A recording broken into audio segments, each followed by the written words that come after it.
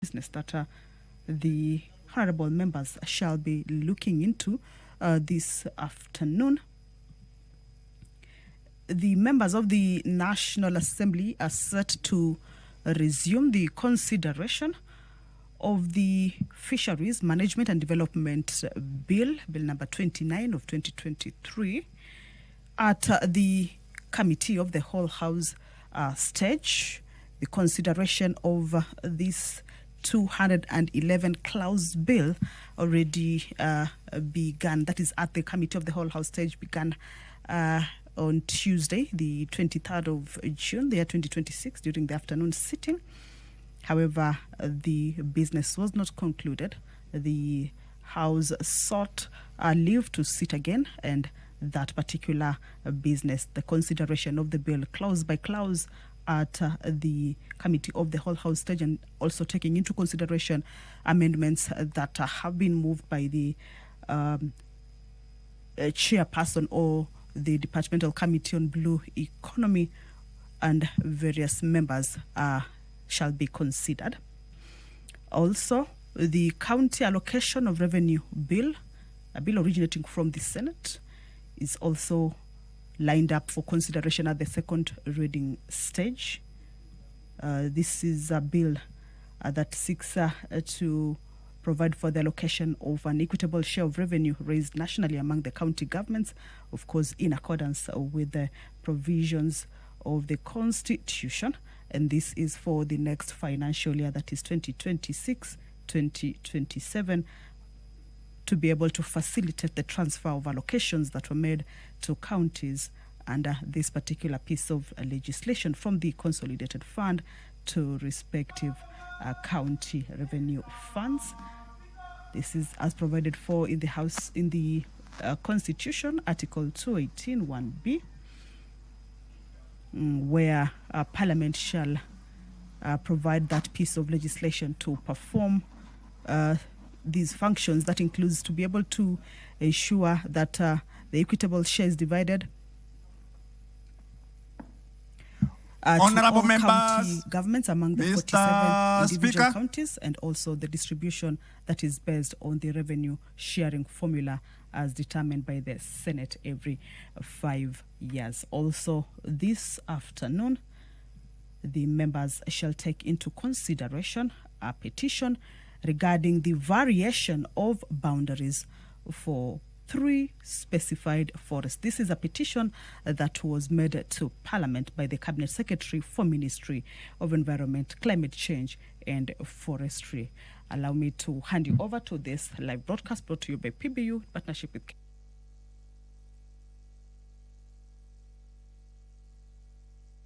Almighty God, who in your wisdom and goodness have appointed the offices of leaders and parliaments for the welfare of the society and the just government of the people, we beseech you to behold with your abundant favor us, your servants, whom you've been pleased to call to the performance of important trust in this republic.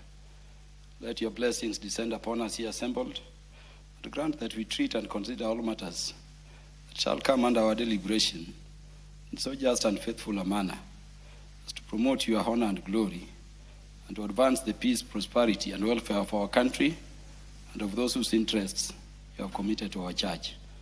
Amen.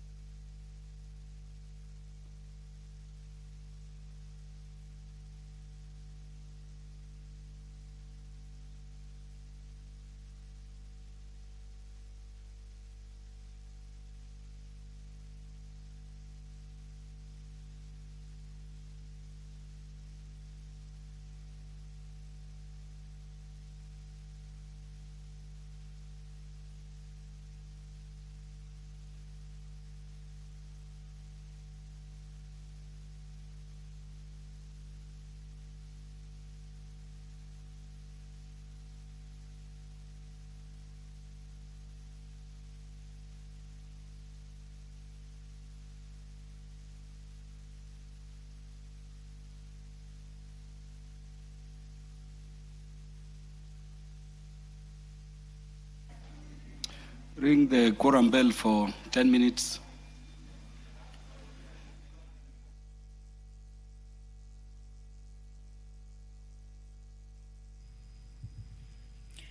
Well, Honorable Peter Kaluma, a member of the Speaker's panel and the fifth chairperson of committees, who is at the Speaker's chair now, or the Speaker's seat now, has directed that the quorum bell be rung for 10 minutes. This is to ensure that the House corrects before it commences.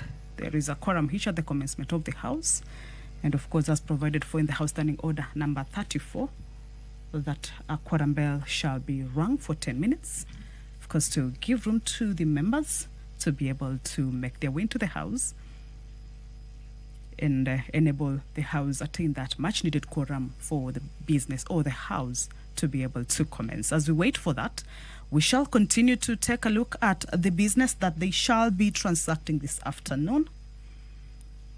Earlier on, I indicated to you that the Fisheries Management and Development Bill will have its consideration continued or resumed at the Committee of the Whole. Also, the County Allocations of Revenue Bill coming up for second reading and also consideration at the Committee of the Whole. This afternoon, there is a motion that the Departmental Committee on Environment, Forestry and Mining, chaired by the Honorable Member for Mwala, Honorable Vincent Musau Musyoka, and vice chaired by the Honorable Member for Baringo South, Honorable Charles Cameron, will this afternoon move this particular motion for the consideration of a petition regarding variation of boundaries for 3 specified forests. And this is a petition that was presented by the Cabinet Secretary for Mining, the Ministry of Environment, Climate Change and Forestry, relating to variations of boundaries of 3 specified forests. They include the Tarbo Forest, that is the Manzini area, the Mount Elgon Forest, that is the Chepyuk Phase 2 and Phase 3, and Kakamega Forest, that is Shiru, and Shaviringa settlement schemes that was laid on the table of the House the Wednesday, 24th.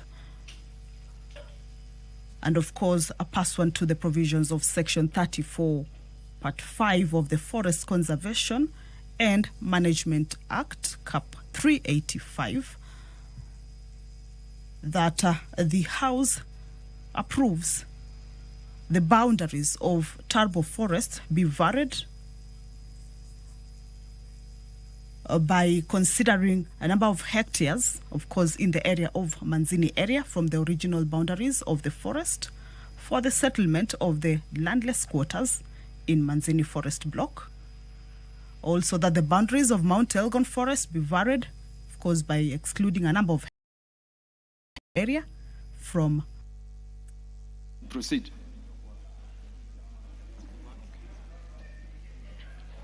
Order number 1, administration of oath.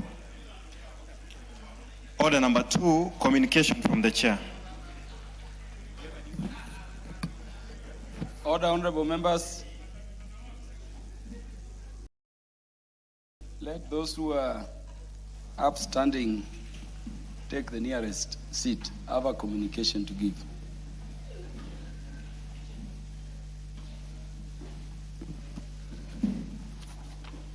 Yeah, honorable members, I wish to introduce to you a delegation of members of the Ethics Committee of the Assembly of the Republic of Mozambique, who are seated in the Speaker's row. They are Honorable Aliba Abalina, the chairperson and leader of the delegation. Honorable Juslino Rubao Buhale. Honorable Tendai Lazaro Zianifala. Honorable Nunes Ejiantij. Honorable Alexo Evaristo Siadad. And Honorable Christina Shalin Sevin. The delegation, accompanied by two staff, is on a visit to engage the National Assembly's Committee of Powers and Privileges to share experiences regarding management of conflicts of interest, parliamentary ethics and decorum, among others. Honorable members, on my own behalf and on behalf of the National Assembly, I welcome them to Parliament and wish them fruitful engagements during their stay in the country. I thank you.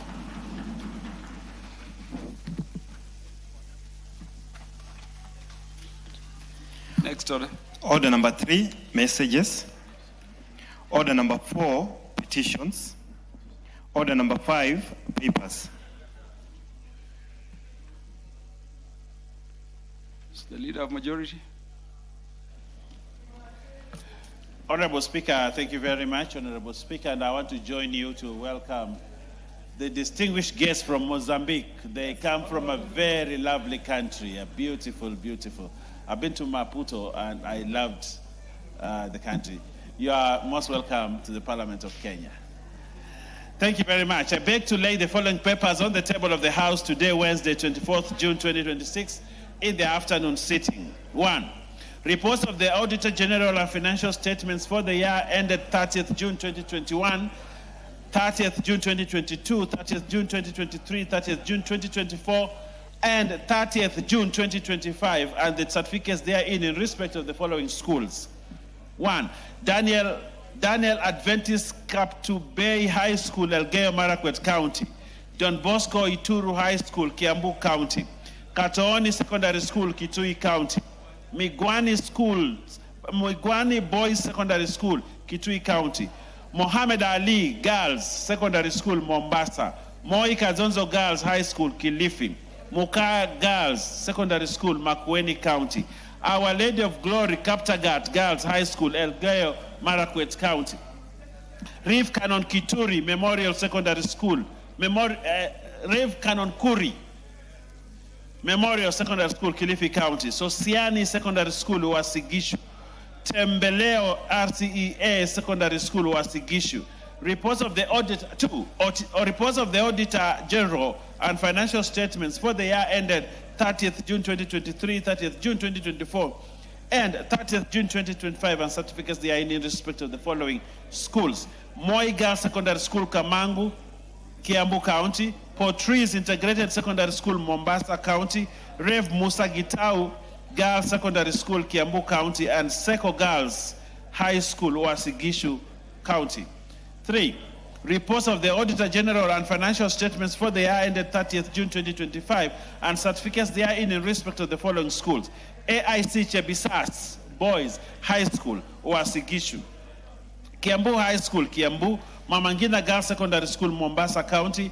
Mangu High School, Kiambu County. Njonjo Girls High School, Laikipia County. Senior Chief Koinange Girls High School, Kiambu County. St. John's Girls High School, Kapteret, Nandi County.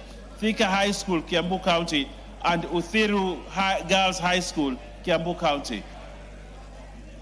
I beg to lay, Honorable Speaker. Thank you. Next order.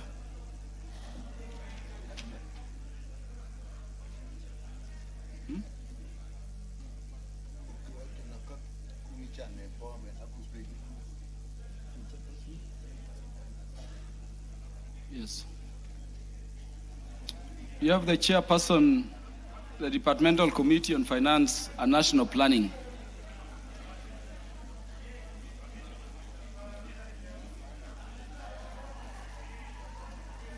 We'll skip it. It can be laid later on.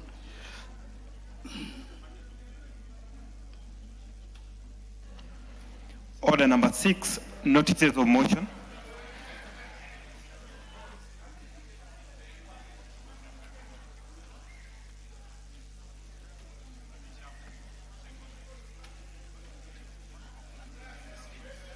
There? It has been approved.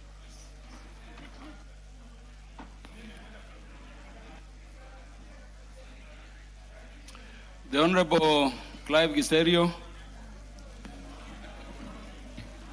Thank you, Honorable Speaker. Honorable Speaker, I beg to give the following notice of motion that where that Kenya education sector has faced escalating infrastructure pressure culminating in overstretched facilities, particularly in boarding schools, concerned that despite the introduction of an online learner placement portal in December 2025 by the Ministry of Education to widen access and expedite transfers among schools, there continues to be inequitable outcome disproportionately disadvantaging rural learners who suffer digital exclusion, acknowledging that parental preferences of category 1, C1... Order, honorable members. Order. The consultations are too loud. The consultations are too loud. Thank you, Honorable Speaker. Parental preferences for category 1, C1, category 2, C2, schools owing to their improved infrastructure, including boarding amenities, causes over-enrollment in C1 and C2 schools. Recalling that during the inaugural admission of grade 10 learners into senior schools in January 2026 under the competency-based curriculum, some C1 and C2 schools invariably admitted learners at double or more of the approved capacity, noting that this tendency leaves most category 3 and category 4 schools severely under-enrolled, some below their viable enrollment capacity. Concerned that the current capitation model based on the number of learners per school is not only misaligned with actual school facilities, but also encourages over-enrollment by some schools in pursuit of higher capitation funding, observing that the resultant overcrowding in C1 and C2 schools has eroded the recommended teacher-to-student ratio of 1:40, fueled teacher burnout, diminished instructional quality, affected individual learner attention, overstretched facilities, and compromised learner safety in cases of emergency. Now, therefore, this House resolves that the Ministry of Education, in collaboration with other relevant government agencies and stakeholders, 1, recalibrates the educational capitation formula to reflect actual infrastructural capacity and ensure the schools receive proportional and equitable capitation so as to insensitivize enrollment, diversification, and achieve equitable distribution of learners across the school categories.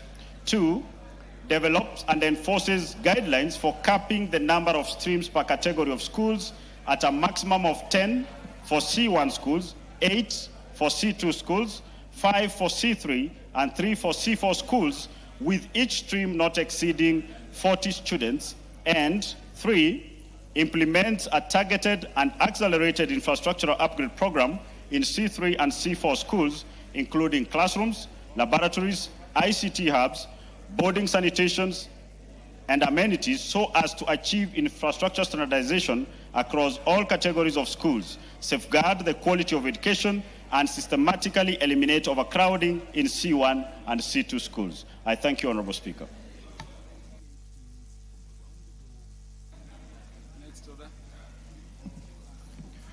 Order number 7, questions and statements.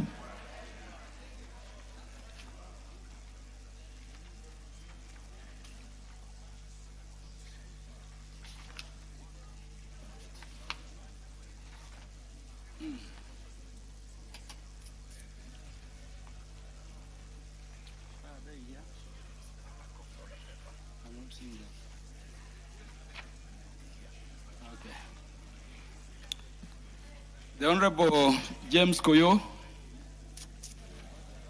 Thank you so much, Honorable Speaker.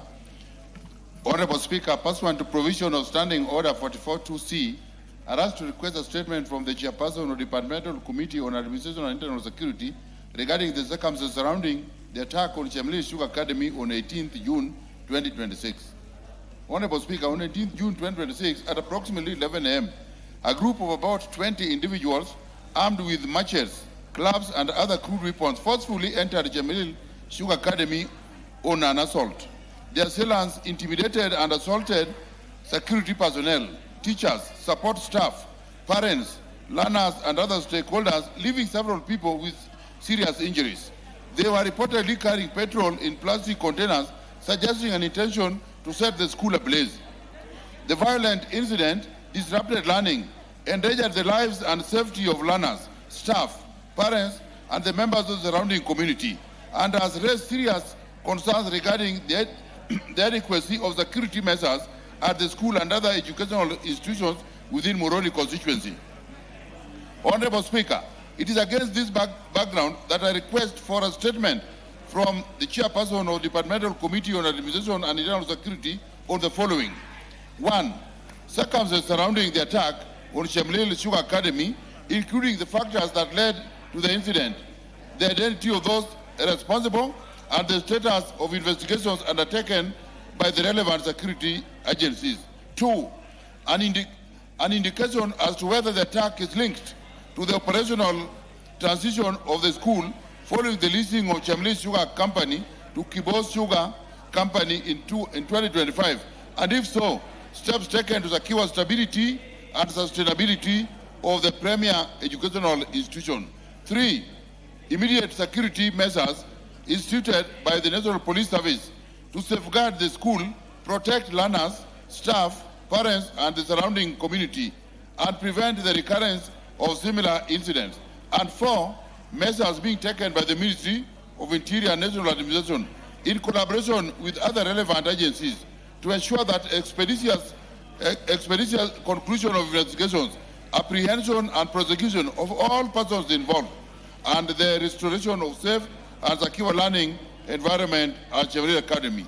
I demand, Mr. Speaker, that immediate arrest be done and the investigation be done without fear or favor. Whoever was involved here, however connected they are, they must be brought to books. I rest my case, Mr. Speaker. The Honorable Justice Kemei.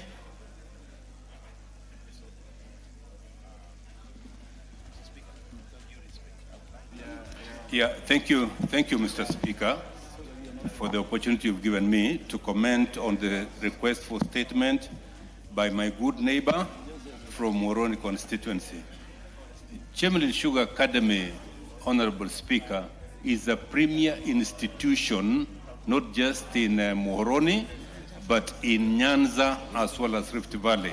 It draws students from all over the country, and we are concerned, Mr. Speaker, that with the change of ownership following the lease of the company to the private sector, there's not been a deliberate and good measure to then say the school, which has always been sponsored by the company, will now have to be sponsored by the people who have listed the company. Honorable Speaker, that has created insecurity along that region, and it spells danger to the students and members of the public who operate between Kisumu, Nandi, and Kericho. Honorable Speaker, that situation is so serious, it must be addressed with immediate effect so that we feel secure, and more importantly, Honorable Speaker, the students who are in that institution remain secure. Parents at this stage in time, Honorable Speaker, are worried about the developments in that premier institution, and action needs to be taken. Thank you, Honorable Speaker, for engaging me. Whatever is to be said can be said when the response comes to the House, honorable members. The chairperson, departmental committee in charge of administration and internal affairs, when are you getting us the response? Thank you, Honorable Speaker. Considering that, one, that this is a very sensitive matter that needs urgent attention, and considering that we may be proceeding for recess, let me try to get a preliminary report on Thursday, that is on 2nd, as we wait for a comprehensive report, which I can able to deliver the first Thursday on resumption from recess. It is so ordered, Honorable Koyo. The preliminary report will be on Thursday. Because of the sensitivity of the matter, the substantive report will come later on. Yes, the Honorable Ruth Odinga. Thank you, Mr. Speaker, for according me this to give my statement. Honorable Speaker, pursuant to the provision of Standing Order 44-2C, I rise to request for a statement from the chairperson of the Department Committee on Agriculture and Livestock regarding the escalating security and social economic crisis within the Sugar Belt region. Kisumu Sugar Belt. Honorable Speaker, on 18th of June 2026, Chairman Sugar Academy in Moroni sub-county was attacked by the armed gang of about 20 individuals, leaving several members of staff injured and learners in distress. This attack was not just an isolated incident, but a reflection of broader systemic issues affecting communities within the Kisumu Sugar Belt, particularly around Moroni, Chemelil, and Miwani sugar companies. Concerns have been raised regarding the management and operations of the sugar companies, including alleged violation of the Sugar Industry Transition Committee's guidelines by enforcing massive layoffs and prolonged delays in payment of terminal dues to former employees. For instance, workforce retention at Moroni Sugar Company is estimated to be 30 to 40%, which is below the 80% threshold, and outstanding terminal benefits across the mills have accumulated to approximately 8 billion. Further, trade unions are denied formal recognition, and salaries have been cut up to 60% for the remaining workforce. Additionally, allegations have been made regarding encroachment onto community land, resulting in land disputes, including the Koguta land dispute in Moroni and the Nucleus Estate land conflict in Miwani. Collectively, these challenges have contributed to heightened tension, economic hardship, and insecurity within these communities. Honorable Speaker, it's against this background that I request for a statement from the chairperson of the Departmental Committee on Agriculture and Livestock on the following.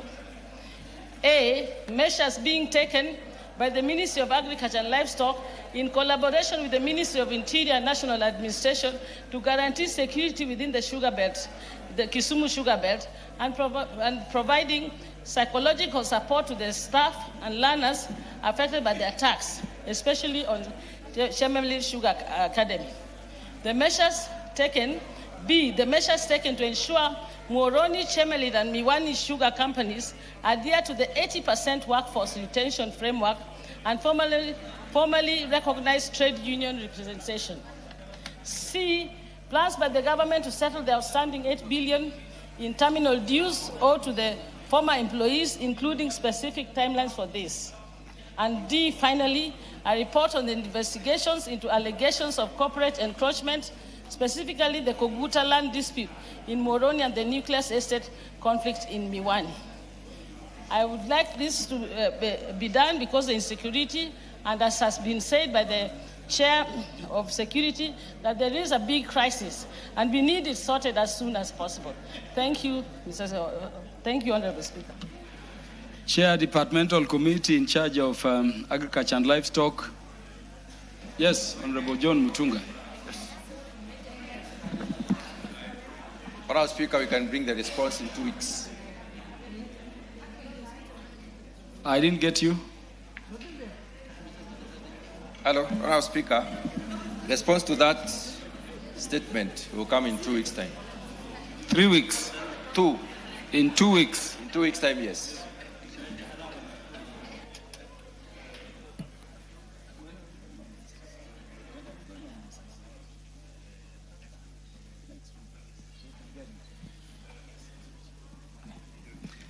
Yes, Honorable Ruth Odinga, it's proposed you get the response to your statement in 2 weeks. 2 weeks will be in recess.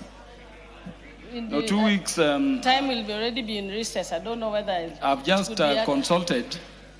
The chairperson has said within 2 weeks. Yeah, then I'm saying that 2 weeks will be in recess, Mr. Speaker. No, Mr. Speaker. He has not said after 2 weeks. He has said within 2 weeks.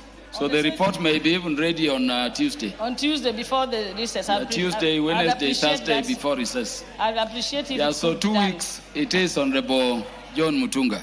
Get the report. The Honorable Joseph Oyula.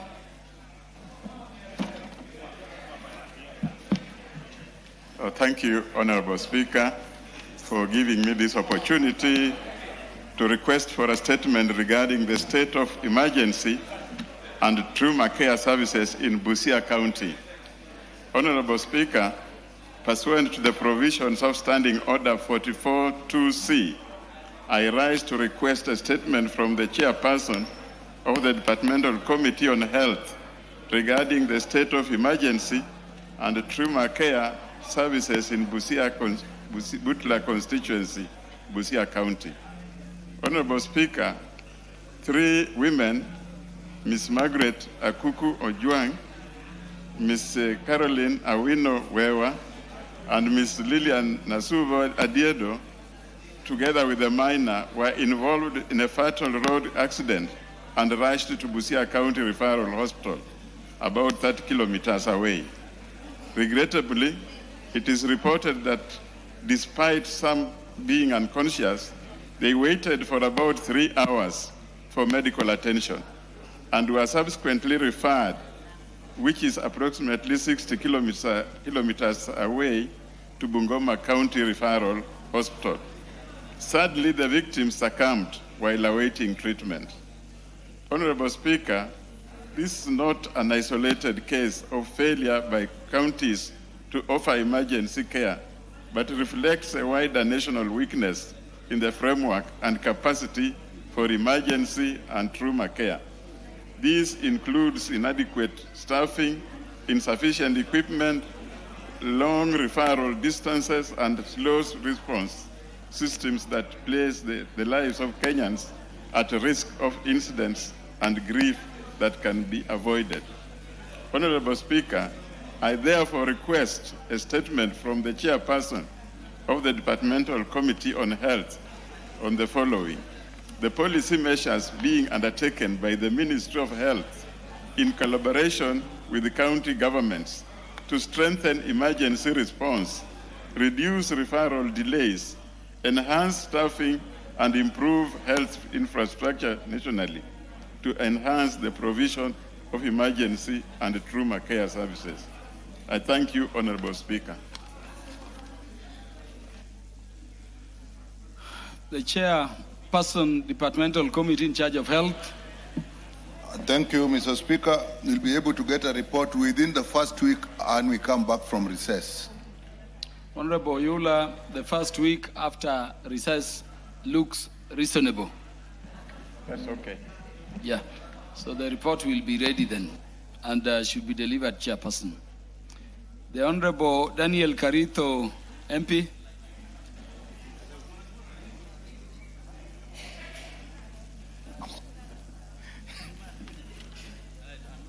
Thank you, Mr. Speaker.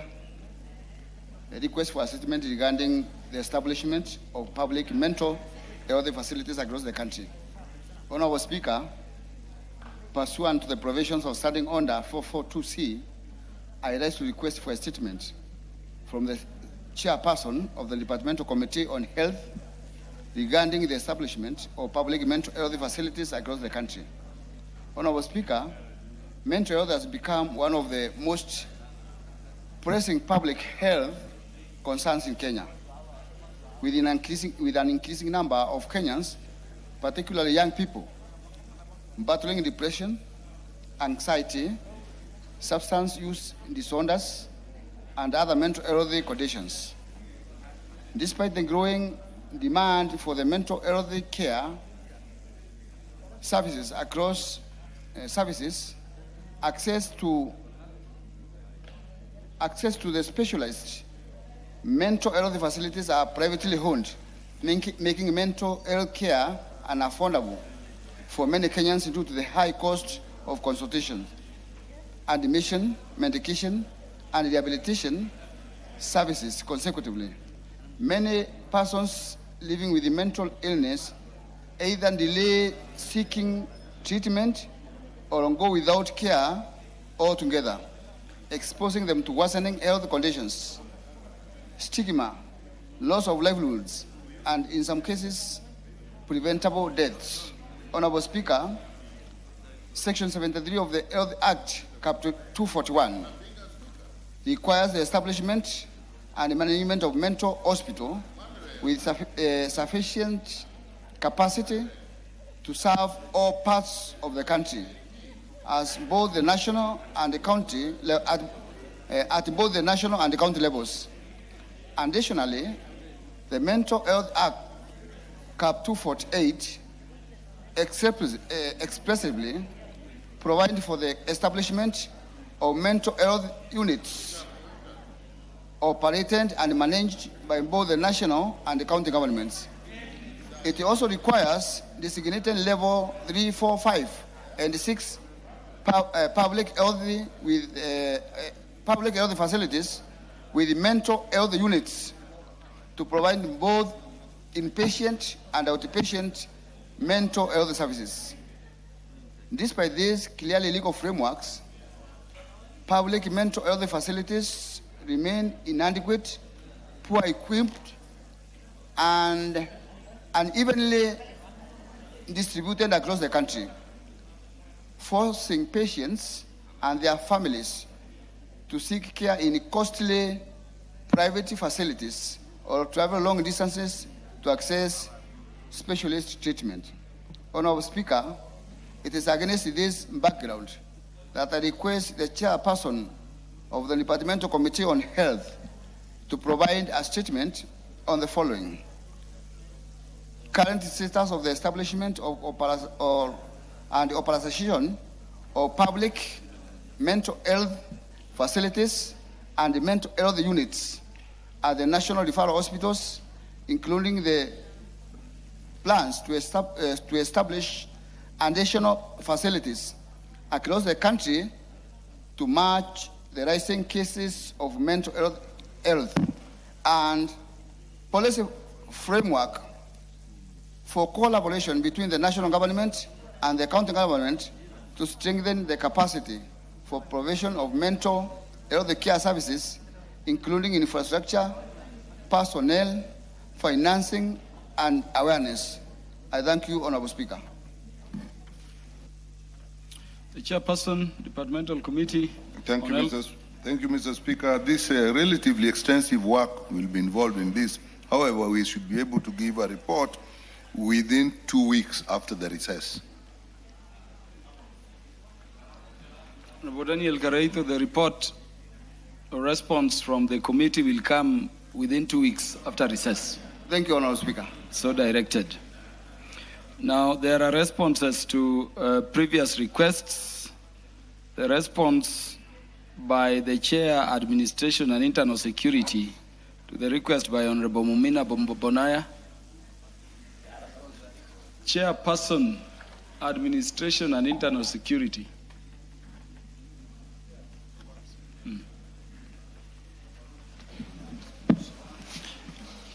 Thank you very much, Honorable Speaker. Honorable Speaker, the Member of Parliament for Isiolo County, Honorable Mumina Bonaya, requested to be apprised of the rising cases of insecurity and the reported incidences of femicide and other violent crimes in Isiolo County. The Honorable Member particularly sought to be informed, 1, on the status of investigation into the murder of Linda Nasi Acheng, Ms. Wendy Kendi, Ms. Hawo Kabir Omar, and Zulfa Gola Gimbe. 2, immediate measures being undertaken to enhance security in Isiolo County. 3, the long-term measures being put in place, including and community-based intervention. Honorable Speaker, on the investigation into the murder of Ms. Linda Nancy Acheng, Ms. Wendy Kendi, Ms. Hawo Kabiro, and Zulfa Gola, measures taken to apprehend the perpetrators is as follows. Murder of Ms. Linda Nancy Acheng. On 27 November 2025, Ms. Linda Nancy Acheng was found murdered outside the GK prison farm in Isiolo County. The incident was reported in Isiolo Police Station, Vido B 2327-11-2025. Preliminary investigation established that the deceased had visible strangulation mark. Her husband, Mr. Peter Orwa Obaji, and Mr. Festo Omolo Opio, both of whom were the last persons seen with the deceased, were arrested. A search conducted at the residence of Peter led to the recovery of deceased identity card and mobile phone SIM card. On 28 November 2026, the two suspects were presented before the Isiolo law courts, where custodial orders were obtained to facilitate completion of investigation. A post-mortem examination conducted on 29 November 2025 established the cause of death as asphyxiation, secondary to manual strangulation. Upon completion of investigation, Mr. Peter Orwa Obaji was charged with the offense of murder, contrary to Section 203, as read together with Section 204 of the Penal Code. Mr. Festo Omolo Opio was recommended as a state witness. The matter is pending before court, Honorable Speaker. Honorable Speaker, the murder of Ms. Wendy Kendi. On 28 February 2026, Ms. Wendy Kendi was found fatally injured at Sokomjinga, Kulamawe, Isiolo town. The incident was reported via OB number 0828, 02-2026. Police officers found the victim bleeding profusely from injuries allegedly inflicted by a partner, Mr. Ezra Kidinji. The victim was rushed to Isiolo Level 4 Hospital, where she was pronounced dead on arrival. The suspect was immediately arrested, placed in police custody. A postmortem examination established the cause of death as hemorrhagic shock resulting from multiple stab and slash wound. Ezra Kidinji was charged with the offense of murder, contrary to Section 203 as read together with Section 204 of the Penal Code. The case is pending before court.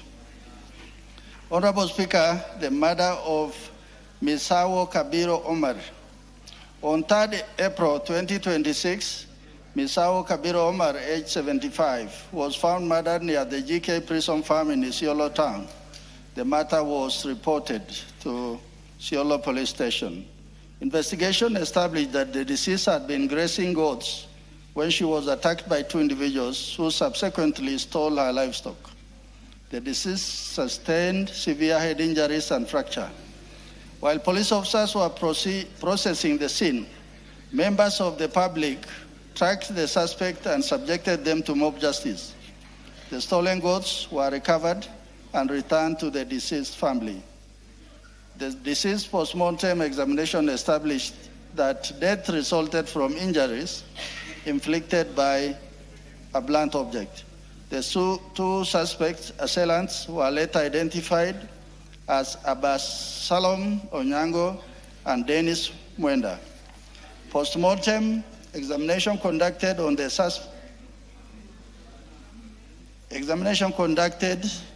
the victim established that she died from injuries sustained. I'll take that again. Examination conducted on the suspects established that they died from injuries sustained during the mob attack. Investigation into the circumstances surrounding the murder of the deceased and the subsequent deaths of the suspect remain ongoing under DCI Isiolo under inquiry. Honorable Speaker, murder of minor Zulva Gola Gimbe. On 7th April 2026, the body of 6-year-old Zulva Gola Gimbe, who had been reported missing on 5th April 2026, was discovered in Rapsu, Isiolo County. Police investigation established that the child had left home for madrasa classes but failed to return. Following an extensive search, her body was discovered in a decomposing state on a farm within the Rapsu irrigation scheme. Postmortem examination established the cause of death as asphyxia secondary to manual strangulation. The Sub-County Criminal Investigation Office in Garbatula commenced investigation and has recorded statements from several persons of interest. However, investigations have yet to yield sufficient evidence. immediate measures being undertaken to enhance security in Isiolo County. Honorable Speaker, the following measures are being undertaken by the department in Isiolo: intensifying both mobile and foot patrols in identified hotspots, fast-tracking investigations through timely collection and analysis of evidence, conducting intelligence-led operation, and 4, increased public awareness and utilization of the toll-free Fichua Kwadisi hotline 0800 722 203. The long-term measures being put in place, including and community-based intervention. Honorable Speaker, the following measures are being undertaken: ongoing multi-agency intelligence-driven operation at dismantling criminal networks. 2, continued voluntary and enforcement-based disarmament exercise. 3, expansion and modernization of forensic laboratory capabilities at the DCI. 4, strengthening community policing committees to promote collaboration. 4, regular county security and intelligence committee meetings. The ministry remains deeply concerned by the loss of lives resulting from these heinous crimes and extend its condolences to the affected families. Thank you, Honorable Speaker. Honorable Kipchumba Murkomen, EGH, Cabinet Secretary for Interior and National Administration. Honorable Speaker, I beg to submit. Thank you. Let me intervene in the proceedings to welcome the following schools and students in the public gallery to the House. We have in the public gallery Bicham School from Kajiado East, Kajiado County, Ndimu School from Bahati constituency, Nakuru County, Still One Rice from Ruaraka constituency, Nairobi County, Shalom Academy, Bomet Central, Bomet County, and university students from Uriri constituency, Migori County. They are all welcome to the National Assembly to observe the proceedings. The Honorable Mumina Bonaya. Thank you, Chair, Speaker, for the opportunity. Honorable Speaker, I wish to thank Chair Internal Security for the response, but I want to be specific on the cases that I presented in terms of the satisfactory answers that I've received. For the case of, Speaker, if you can allow me, for the case of Linda Nancy Acheng and Ms. Wendy Kendi and Ms. Hao Kabiro Omar, I would say the response has been satisfactory. However, Chair, for the case of the young girl, the 6-year-old girl, Zulva Golo Gimbe, I am disappointed with the response because there are things that we know, there are things that communities know that has not really helped in terms of arresting the suspect. For example, Speaker, the suspect of this case, the man who raped the 6-year-old girl and killed her, is, I'm sad to tell you, escaped. He escaped using the car, the vehicle of the OCS who came to investigate the matter. But in the report, in the response here, we are being told they could not make any progress. Yet the suspect disappeared using the vehicle of the government vehicle. The OCS is the one who helped them escape, pretending not to know who the suspect is. So for me, I feel there are gaps there. You can't just show up in a place where an innocent girl who was out to attend madrasa classes was raped by someone, and the only effort that the OCS and the team made is to show up there and rescue people who are apparently to be suspect because there is a pending or a looming mob justice by the community. So who will defend this young girl? So for me, I feel that investigation needs to happen again.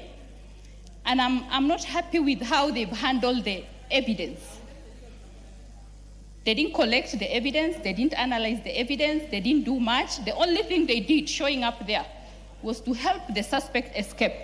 So on this matter, I still want to be, I want a satisfactory answer. That is my request. Honorable Didoras.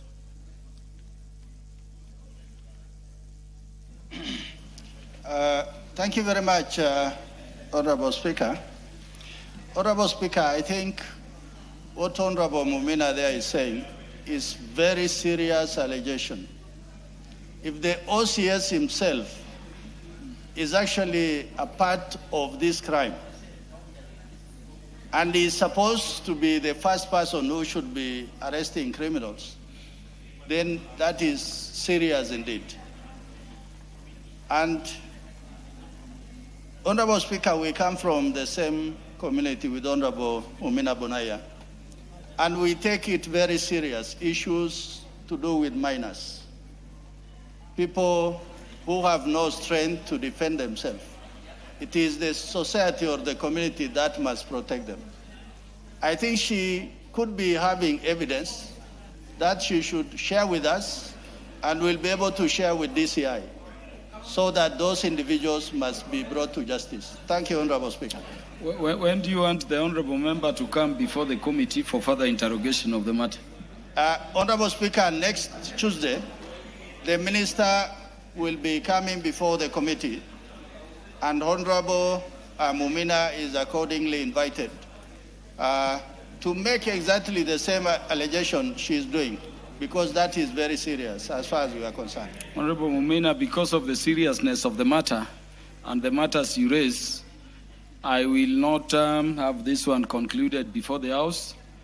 I'm sending the matter to the committee for further investigations, and you'll be notified by the committee as and when they can sit over it.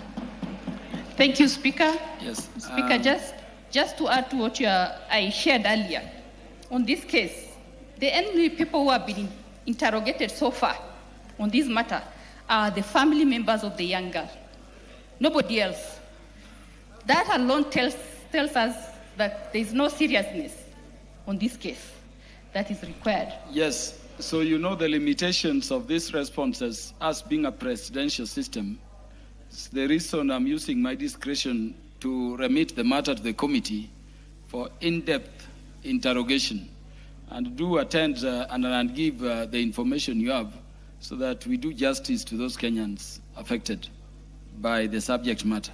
The Honorable Irene Mayaka, the response from the Chairperson, Agriculture and Livestock.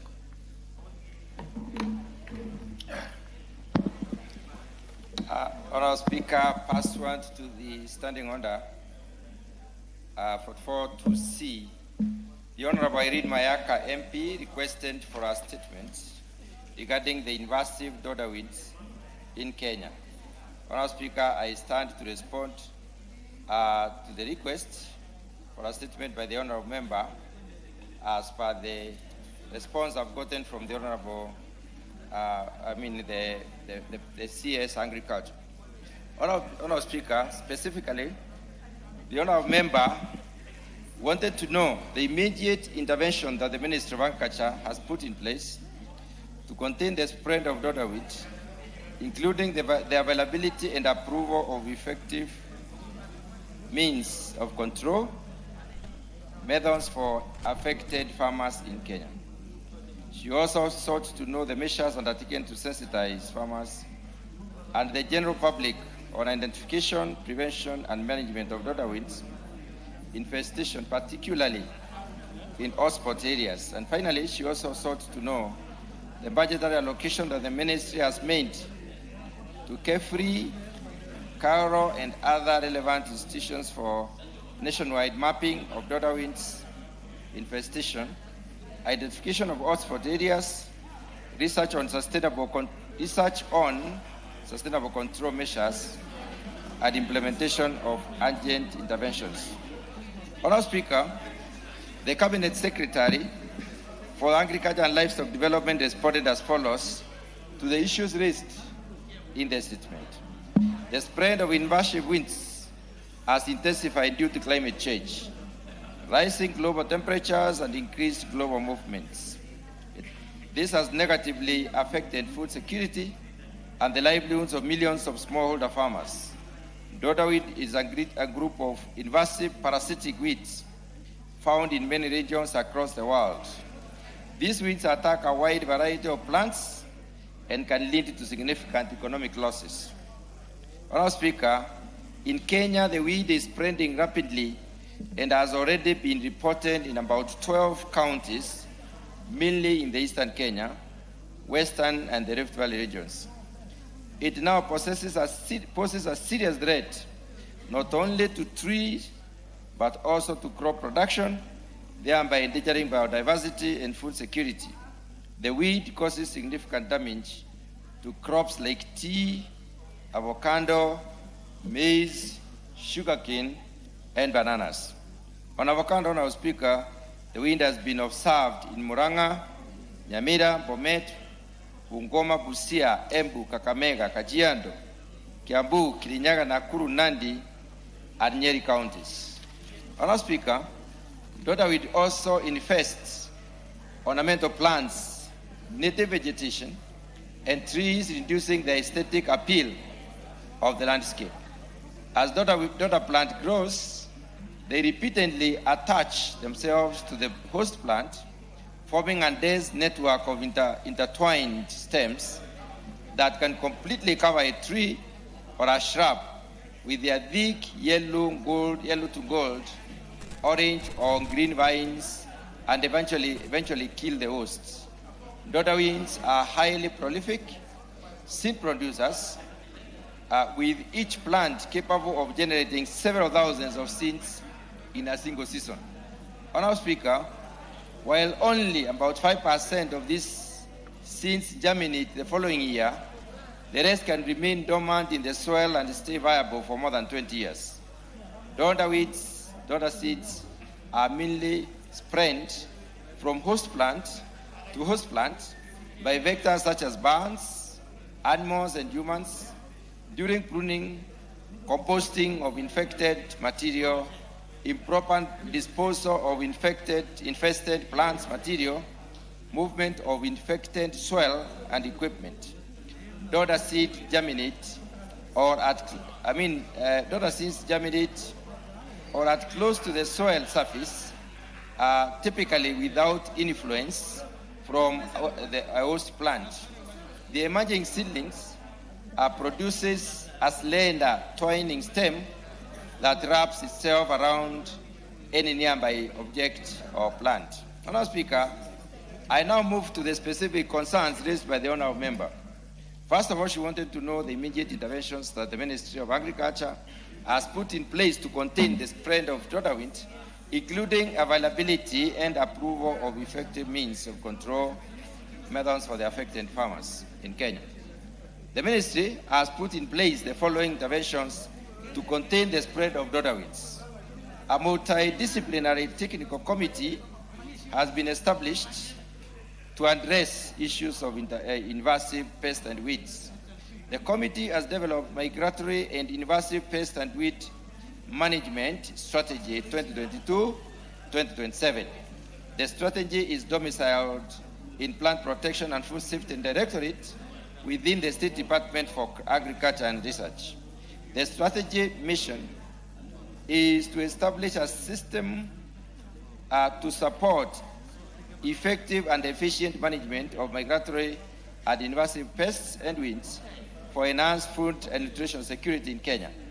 The multidisciplinary technical committee, Honourable Speaker, members that were involved during the strategy development where Kenya Agriculture and Livestock Research Organization, or KAURO, International Center for Insect Physiology and Ecology, ICIPE, International Maize and Wheat Improvement Center, which is CIMIT, regulatory agencies, Kenya Plant Health Inspectorate Service, Pest Control Products Board, universities, the University of Nairobi in this case, Kenyatta University, and private sector, who include the Agrochemical Association of Kenya, Real Integrated Pest Management, or IAPM, State Department for Agriculture Plant Protection Unit, county governments, NGOs like Center for Agriculture and Bioscience International, KBC, among others. Kenya Agriculture and Livestock Research Organization, or KAURO, in collaboration with the National Agricultural Value Chain Development Project called NAFCDP, have developed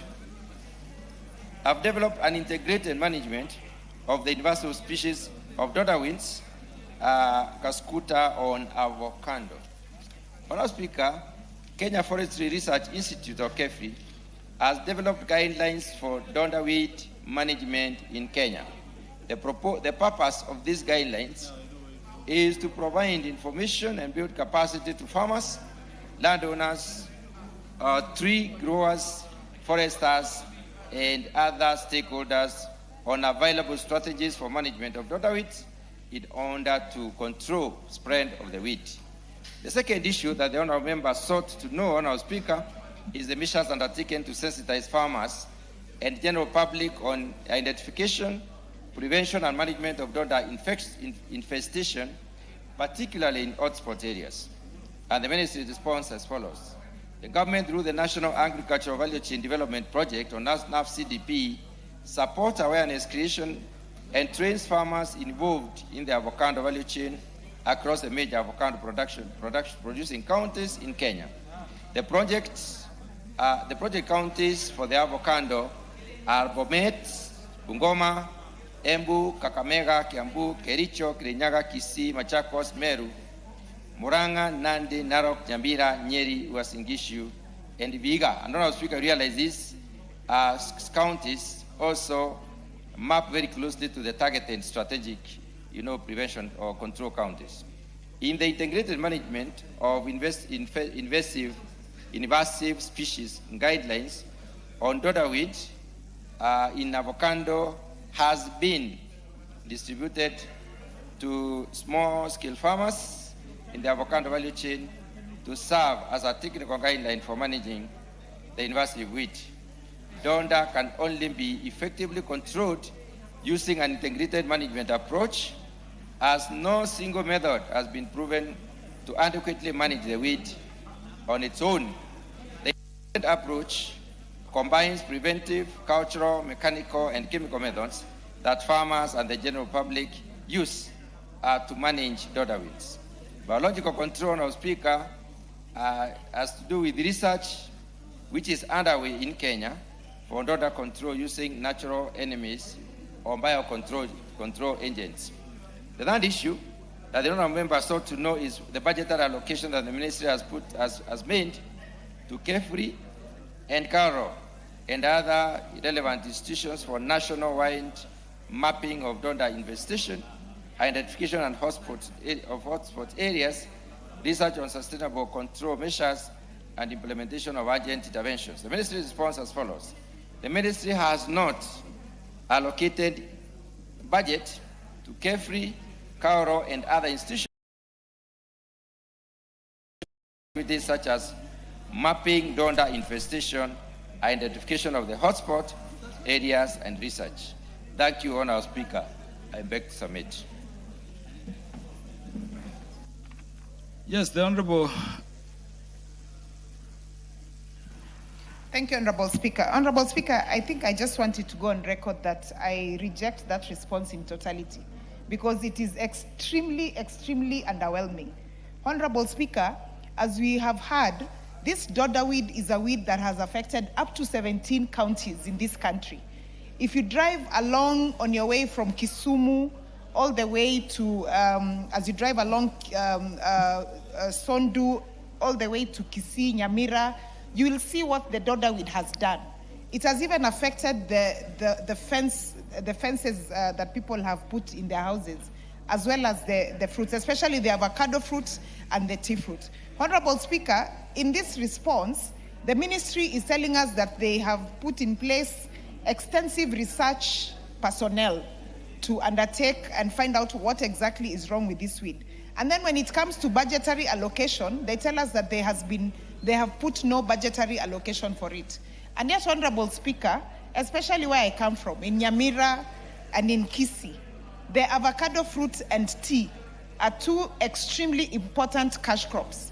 The same with the counties that have been mentioned. And Honorable Speaker, I just want to mention the counties once again so that honorable members can hear just how extraneous this particular weed is. It has affected the counties of Bomet, Bungoma, Embu, Kakamega, Kiambu, Kericho, Kirinyaga, Kisii, Machakos, Meru, Murang'a, Nandi, Narok, Nyamira, Nyeri, Uasin Gishu, and Vihiga.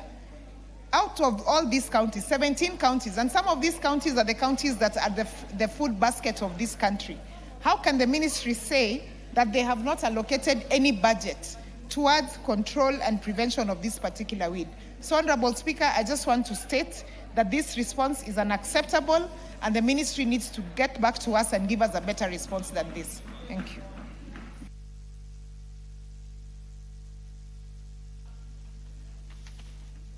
Honorable Doris Donya. Yeah. Thank you, Mr. Speaker. I remember some times back, I asked a question before this House about the tea farmers in Kisii, Nyamira, and some parts of Rift Valley where they were receiving low tea bonuses. Part of it is because of this weed, Mr. Speaker, because they said parts of Nyanza, Rift Valley, we have low quality tea.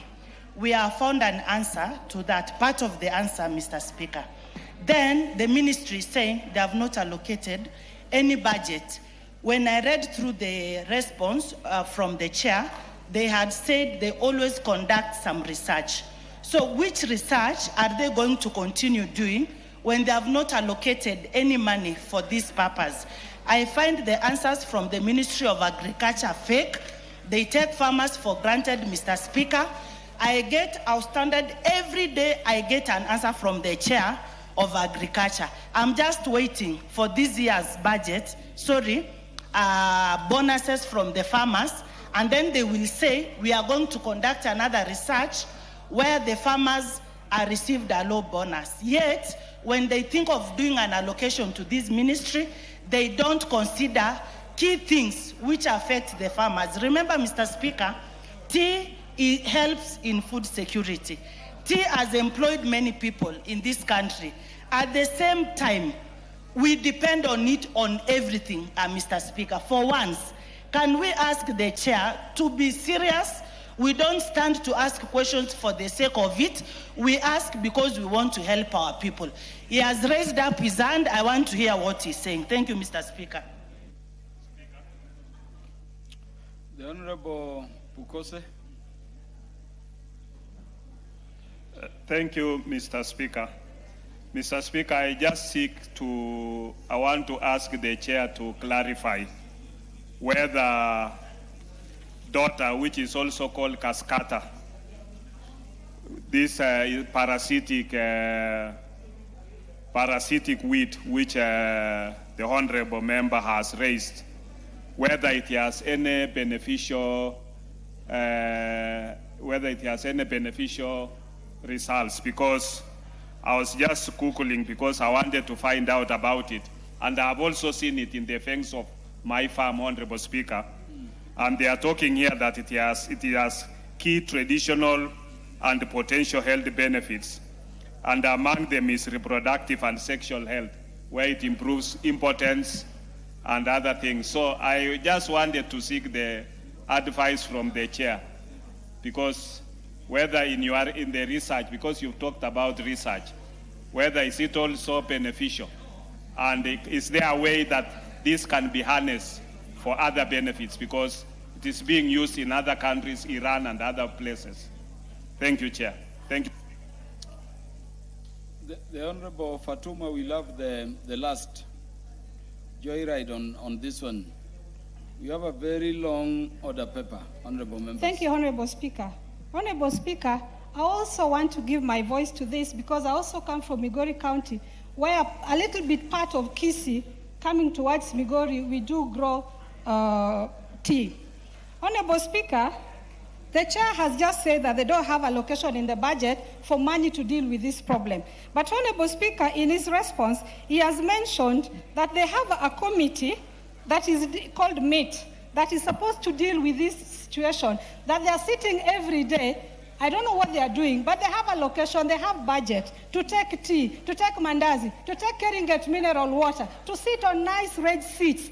Honorable Speaker, they are paid to sit. They have a budget for that, but they don't have a budget to do what is necessary on the ground. So why don't they disband this organization that they call a committee? And if I may read for you, Honorable Speaker, it's a very large committee. It comprises of Kenya Agriculture Livestock Organization, International Center of Insect Psychology and Ecology, International Maize Wheat Improvement Center, I don't know what, international, sitting to drink tea and do nothing. So, Honorable Speaker, I beg the chair, please, I am sorry to say this, but in your smile, you should really be ashamed of this response. Because in your area, they grow tea, they grow coffee.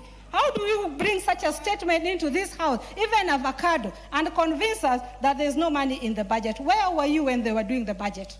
Because where you sit in your village, this problem is there. Where were you when the budget was being done as a member of parliament? In your committee, you have 15 members. I am sure in this country where they come from, they grow tea, they grow avocado, they grow everything that is being affected here. Where were they? Sorry to say, but shame on them. Honorable Fatma, you cannot, speak in that manner against members when you have no substantive motion.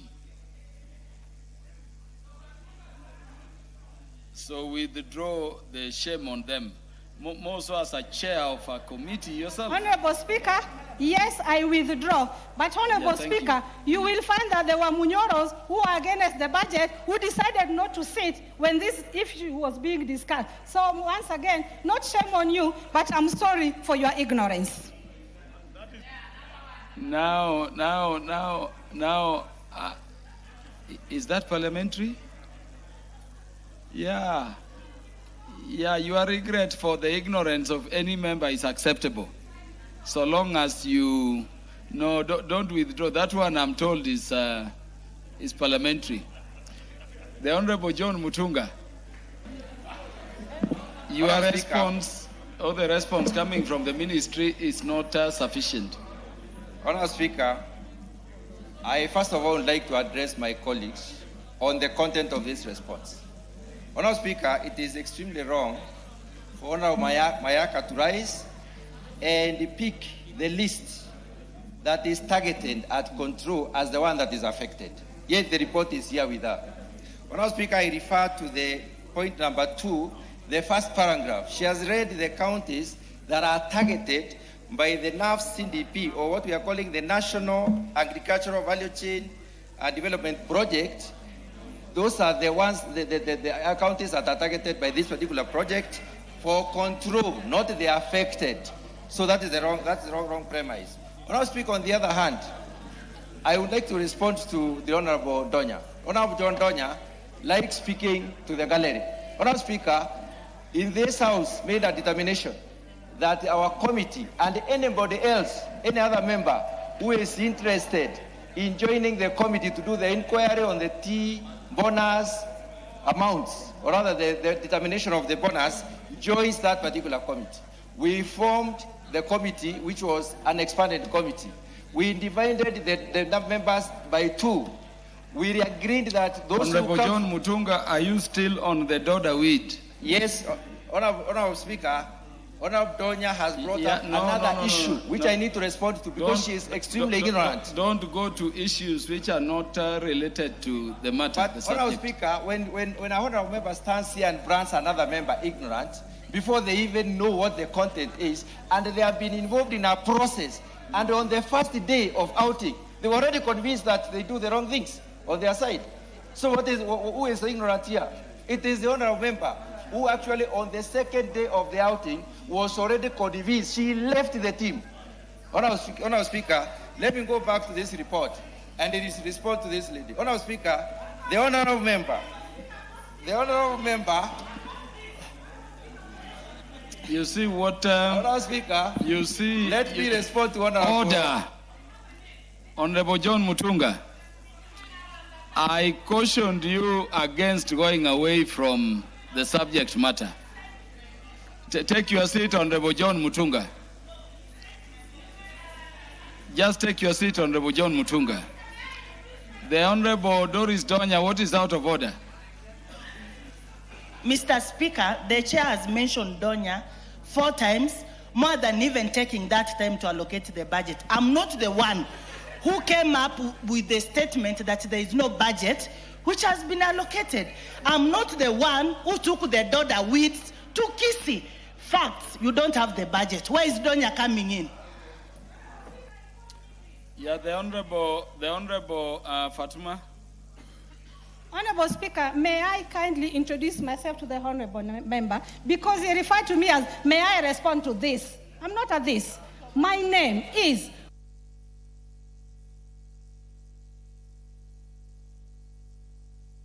CBS. I am a first timer with a CBS and I am a woman. And I represent 8 sub-counties. My dear brother, you represent, look at me with some respect. Order. I think that introduction is enough. Honorable John Mutunga, please keep to the sufficiency of your response and what you can do to seal any gaps. Honorable Speaker, I did not write this report. I'm reading the report from. Yeah, so what do you propose to do to address those additional issues? The contextual matters on the report, Honorable Speaker, cannot be misquoted in this House before us. We have to. Honorable John Mutunga. Honorable Speaker, let me finish by saying this. Honorable John Mutunga. The members are saying that the response you've read on behalf of the ministry has gaps. How do you want to address them? That is why I've given you the mic. Honorable Speaker, I'm coming to that. The ministry on one hand has said they have a multi-agency control team, technical committee, which is addressing this. On the other hand, they say there is no. What is out of order, Honorable John Kiari? Mr. Speaker, I want to thank you. And the issue being addressed here is a national issue that is a catastrophe for agriculture. However, Mr. Speaker, understanding this, I think it would be more in order and along our parliamentary procedures that this goes back to the ministry so that this burden is not occasioned upon the chairperson who himself is only just relaying a message to this House, Mr. Speaker. I know, Mr. Speaker, you can put it appropriately where it belongs. I thank you, Mr. Speaker, for this opportunity. The Honorable Dr. Otiende Amolo, Senior Counsel, what is out of order? Thank you, Mr. Speaker. Mr. Speaker, may I advise my colleague, Honorable John Mutunga, that as said, this is a national issue, but it appears to be a national issue that is of particular concern to our lady colleagues. And so, as you are getting the answer, please advise the ministry that you do not want to suffer the wrath of the women members of parliament. Yes. Honorable Mutunga, did you note the concerns of Honorable Pukose, which you've not addressed also? I'm addressing the concern of Honorable Pukose, yeah. Speaker. So address the House in terms of how the responses which are not in the report will come to the House, or what you want to do to secure that the response is satisfactory. Thank you, Honorable Speaker. Honorable Speaker, I note that the report is insufficient, especially in indicating that there is no budget. When already there is a committee formed that is doing some work, and we have research institutions, the National Research System, and the other centers which are international and helping Kenya. So, Honorable Speaker, I think that is a contradiction. On the issue that the Honorable Kosse Are you raised, saying it is a contradiction, or you are going to seek clarification from the ministry? we will seek clarification, Honorable Speaker. Okay. Honorable Speaker, on the issue that the Honorable Kosse raised, Donda wheat is also called Kaskuta, Honorable Speaker. And Kauskuta, Honorable Speaker, is important because it is used in the medical, for production of highly valued medical products like antioxidants, anti-inflammatory, and hepatoprotective, with hepatoprotective properties. Honorable Speaker, what I'm trying to say here is that it is also useful, and that is why we are conducting research. Honorable Speaker, research is not just about finding whether they are weeds or not. Research is finding whether these weeds are useful and whether they can be commercialized. And as we do look at that, we also look at the preventive measures in those farms that are likely to be infested by this weed. So, Honorable Speaker, there is a lot of work that needs to be done. We cannot conclude this matter. How long do you need to bring a substantive response on those gaps you mentioned? Honorable Speaker, may I propose that I bring the response on the second week after the recess? So, Honorable Member, second week after recess, there will be a more substantive response to those additional issues you've raised. Speaker, Honorable Speaker, there is an issue that an honorable member in this House indicated that we do not know how to allocate budget. Honorable Speaker, I would like to address that as the chair of the committee. Honorable John Mutunga, I took note of that. It is a non-issue. It's a non-issue.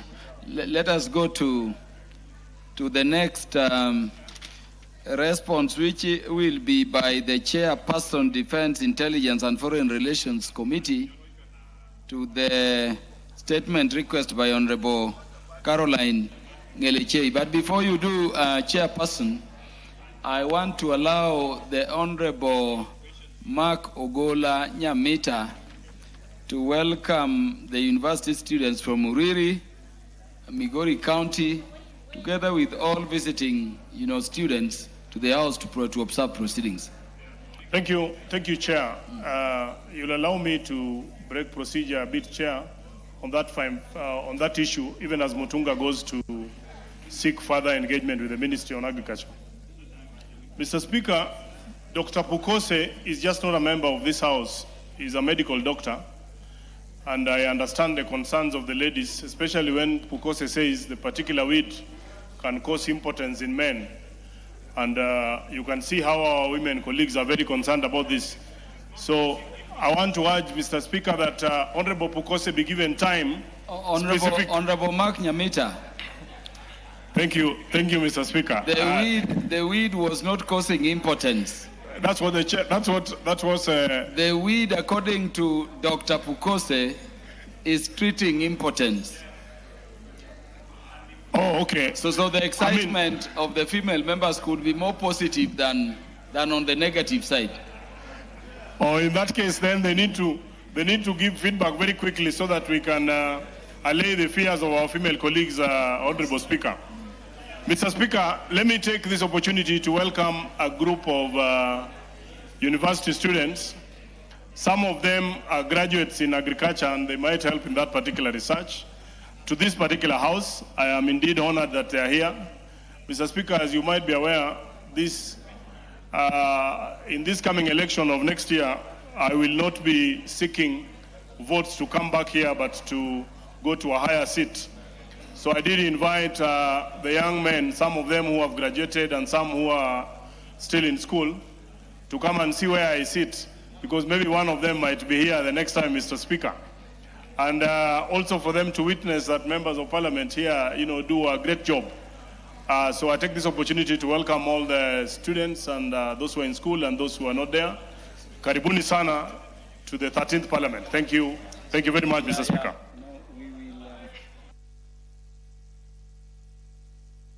The students are welcome again to the House to observe the proceedings. The Chairman, Defense, Intelligence and Foreign Relations Committee.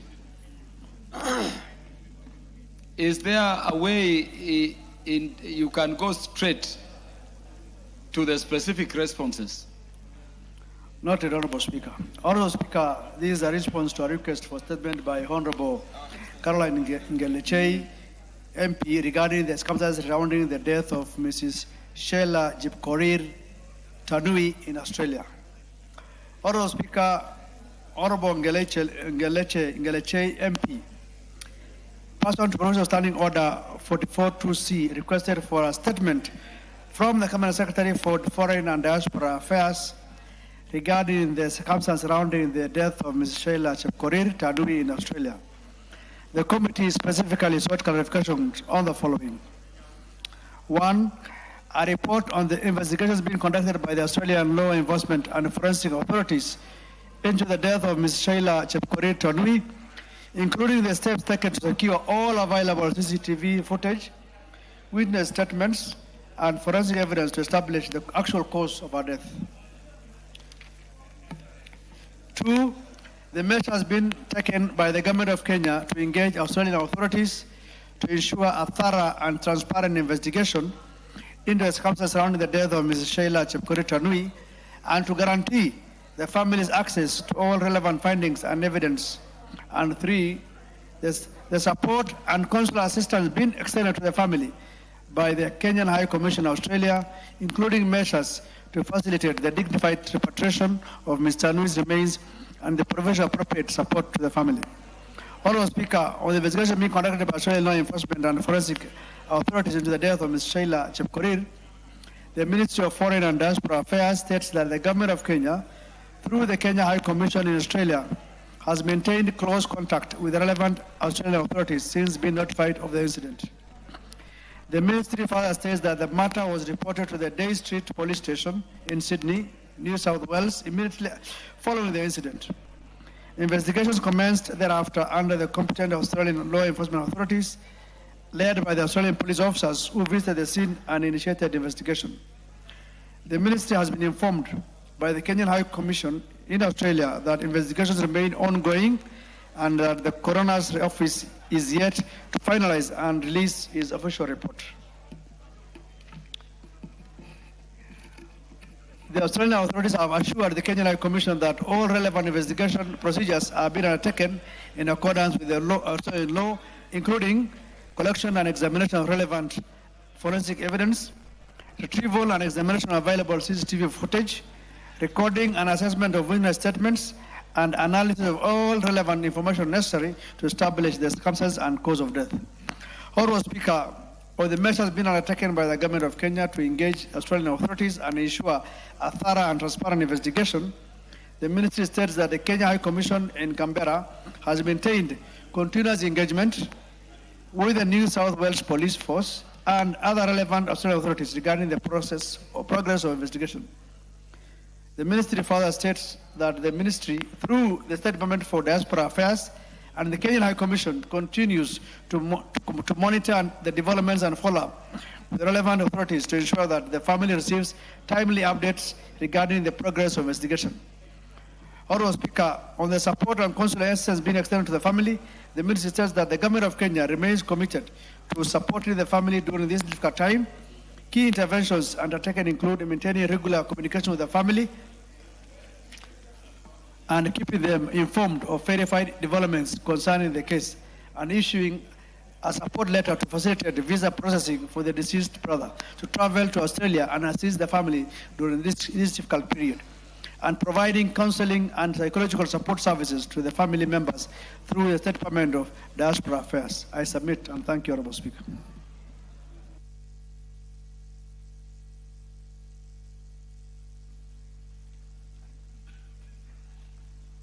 The Honourable Caroline Ngeleche.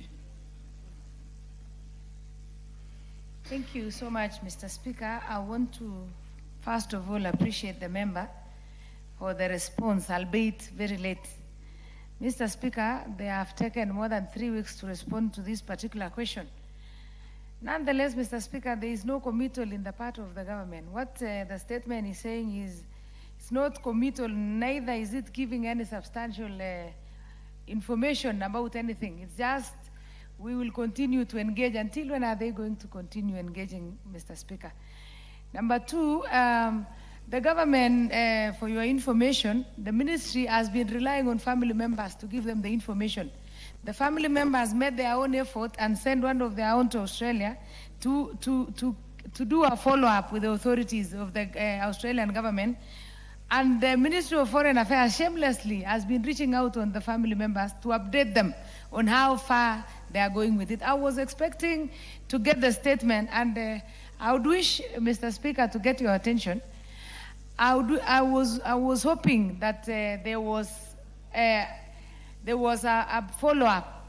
I was expecting the government to say we have engaged a legal, we have given the family legal assistance, we have done statements from the hotel or such things. But when the statement simply says that we are engaging, how are you engaging?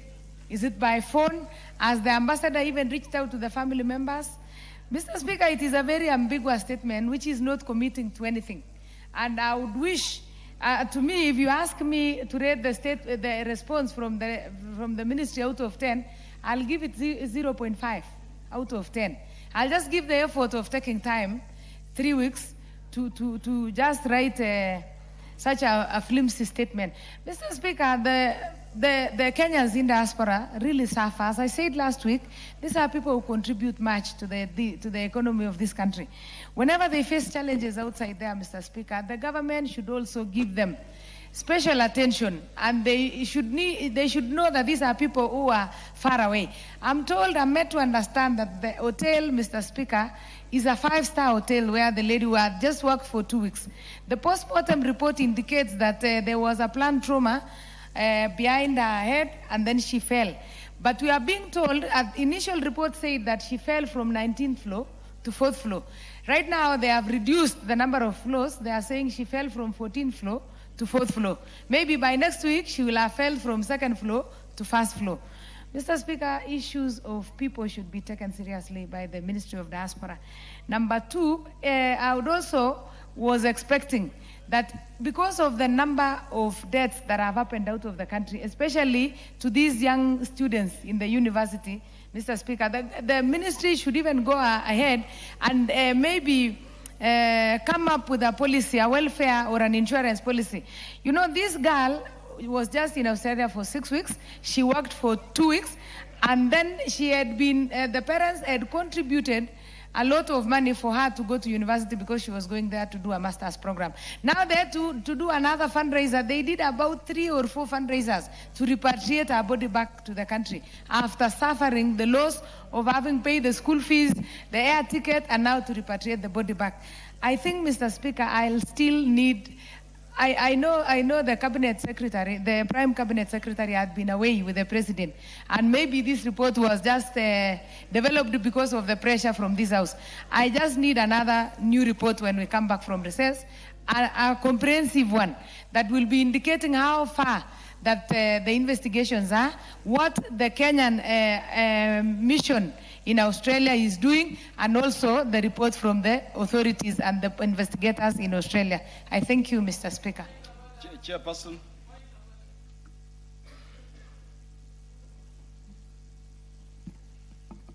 Thank you, Honorable Speaker. And I've noted the concern of Honorable Ngelechei, and I'm sure issues of especially support to Kenyans is very key.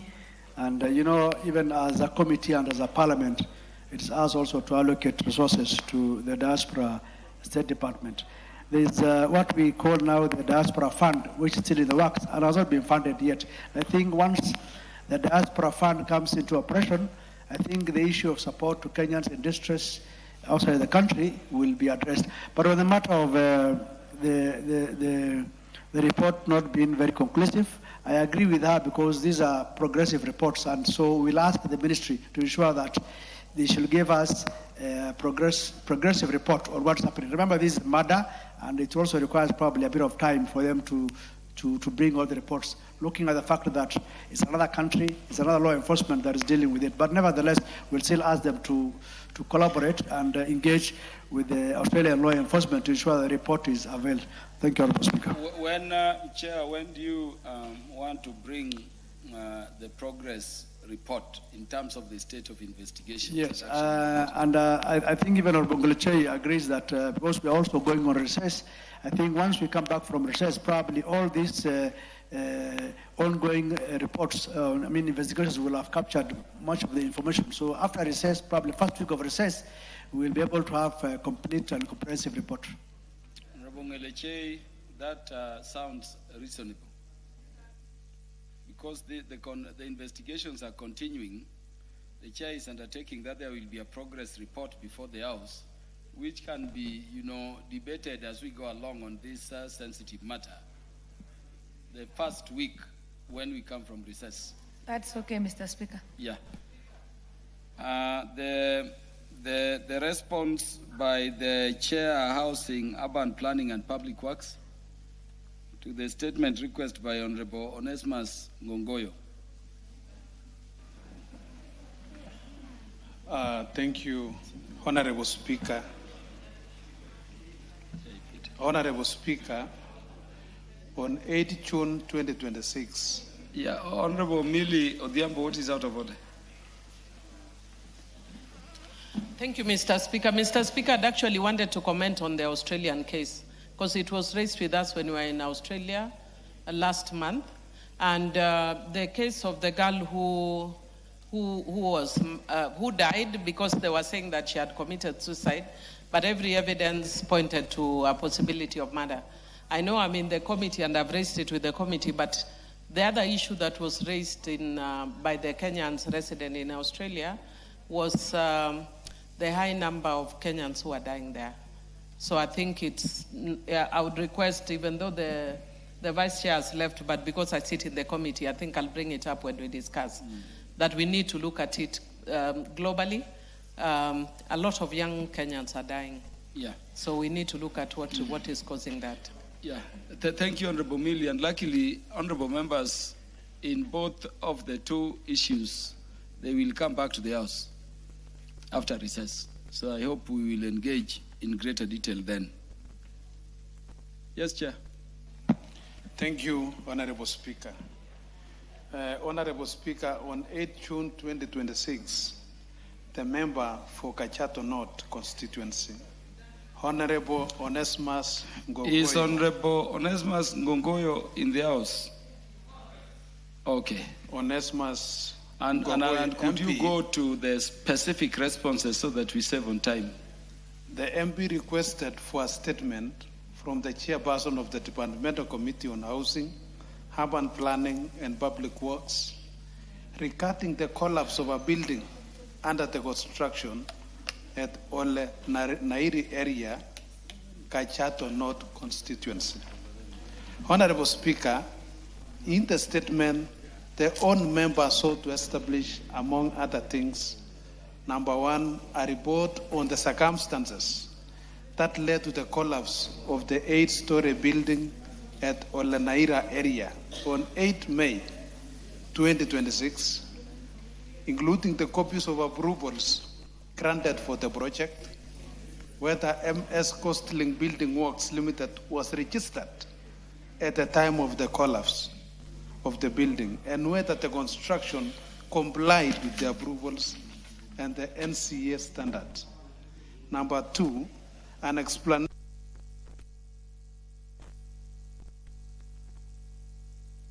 storage at the time of collapse, yet the area is within a flight path zone restricted to 4 stories and actions taken for violation. Number 3, the steps taken to resettle tenants and homeowners who moved as a result of the collapse and support being extended to families of the deceased workers. Number 4, the measures being taken to restore the access roads in Ole Nairi destroyed during the clearance of rubble from the site of the collapsed building.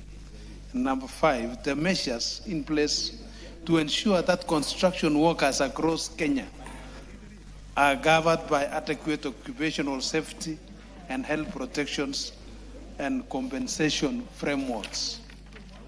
Honorable Speaker, the committee received a response from the Ministry of Lands, Public Works, Housing and Urban Development, through the clerk of the National Assembly, which I now wish to convey as follows.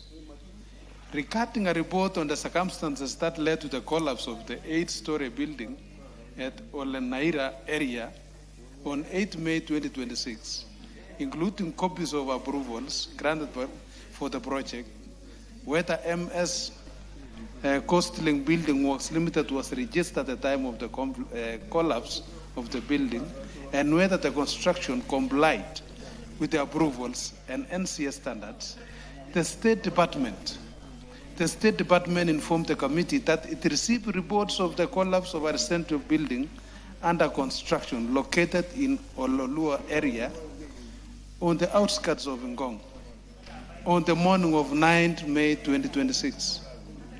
The State Department further informed the committee that the developer had submitted an application to the county government of Kachato on 20th February 2025. An approval was subsequently granted via form PLUBATC/8 under registered application number PKN 044/25 on 26th February 2025.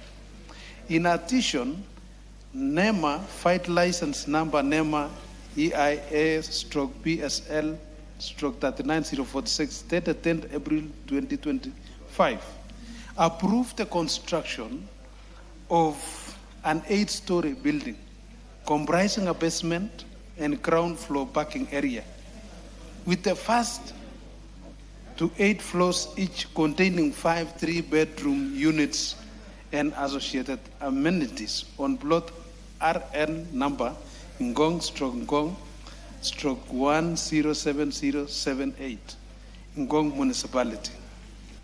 The project was also registered by the National Construction Authority under the project registration number 4618315711767, valid from 25th April 2025 to 25th April 2027. The State Department established that the parties involved in the project were Mr. Matthew Kipkoech Keter as the developer or client, and Force Designs and Building Solutions Limited as the contractor, and not Coastling Building Works Limited as indicated in the request for the statement. The contractor was registered with the National Construction Authority under registration number 830585/B/0324. Category Building Works NCA3 with a valid license.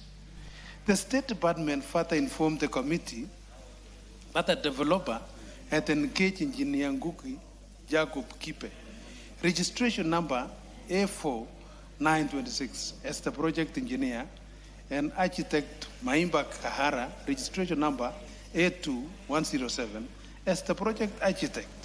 However, the engineer subsequently withdrew his indemnity on the project fired letter ref number JK02/250606 dated 6th June 2025, while the architect formally withdrew from the project fired letter ref MK2425 dated 30th January 2026.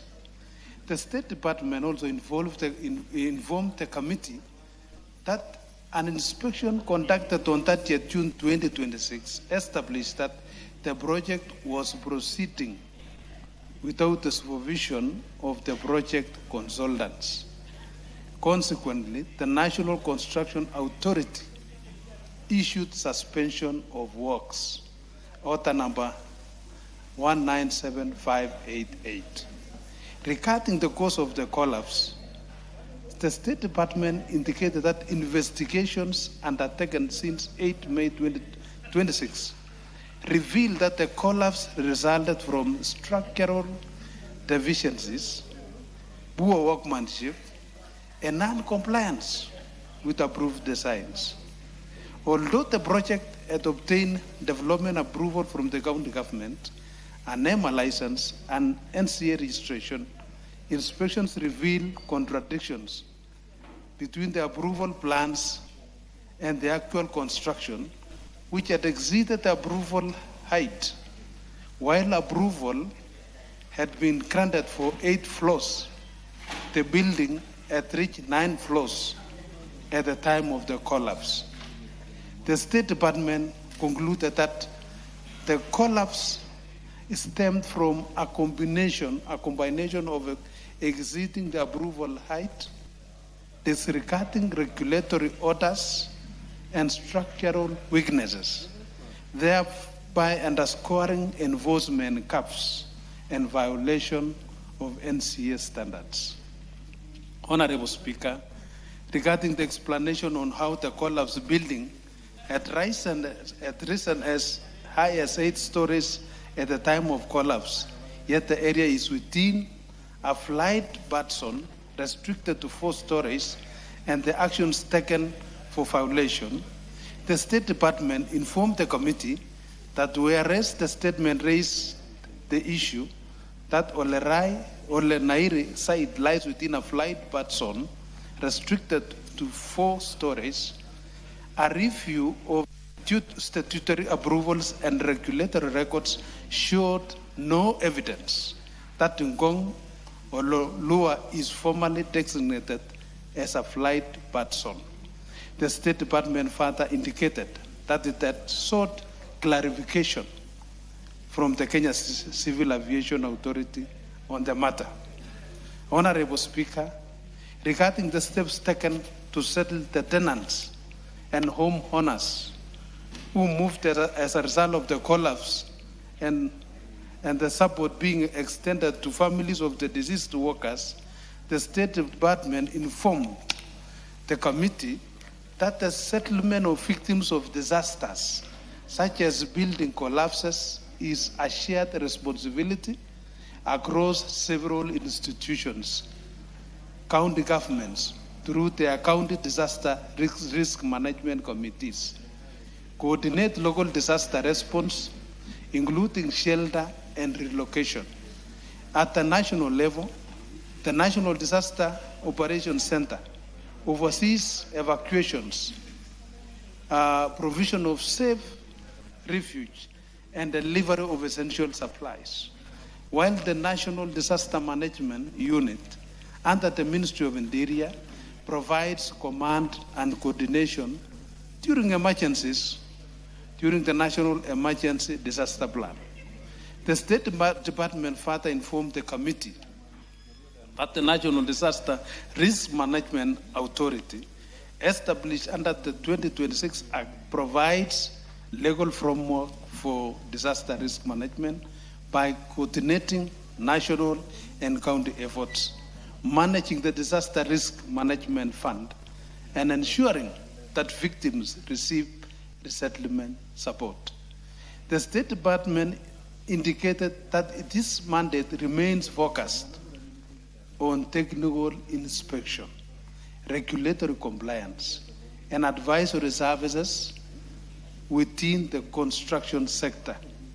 In recognition of the need for coordinated action, it has established a multi-sectorial agency to bring together key players in the construction sector and relevant disaster response agencies. The committee is intended to foster collaboration and synergy aimed at enhancing safety and orderliness in the built environment. The State Department further informed the committee that it is in the process of gazetting the committee to provide it with statutory authority and enable it to address cross-cutting issues such as resettlement in a structured and legally backed manner.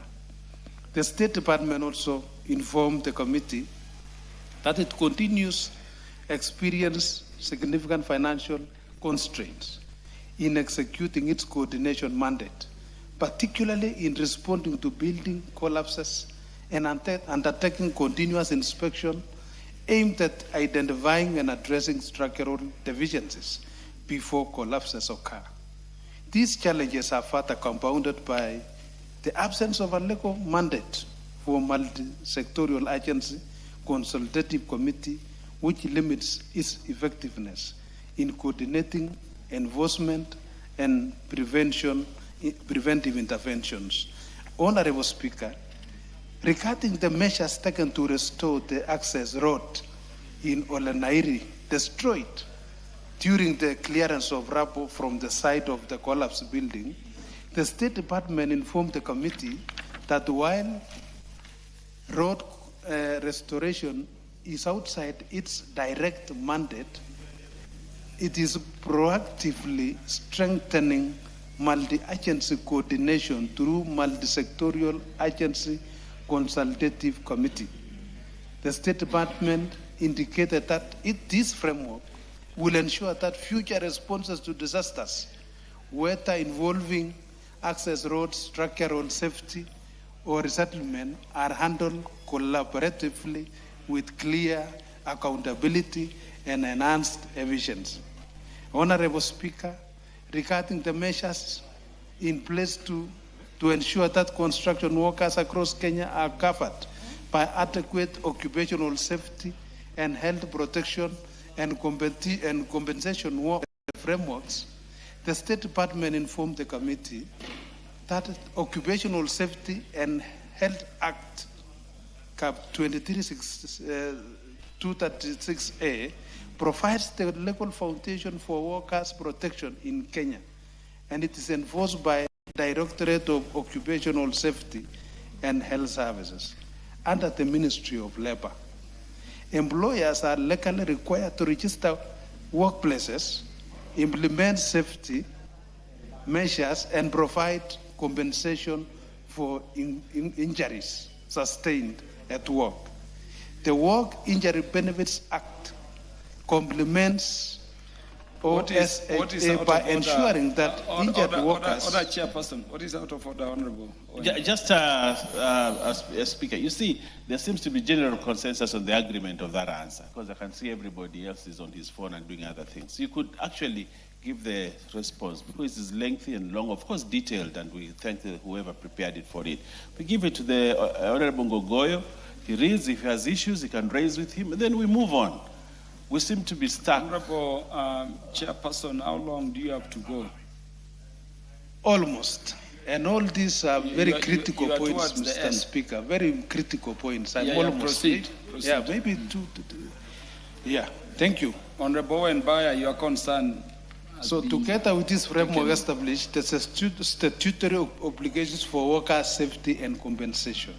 The State Department further informed the committee that the National Construction Authority plays a complementary role by accrediting and certifying skilled construction workers and its supervisors, thereby ensuring that only qualified personnel are engaged in the project. The accreditation reduces risk and enhances safety standards on construction sites. The State Department indicated that responsibility for worker safety is shared with employers, contractors required to comply with Occupational Safety Health Act provision, provide protection equipment and maintain safety working conditions, while Director of Occupational Safety and Health Services enforces compliance, and NCA strengthens safety through accreditation.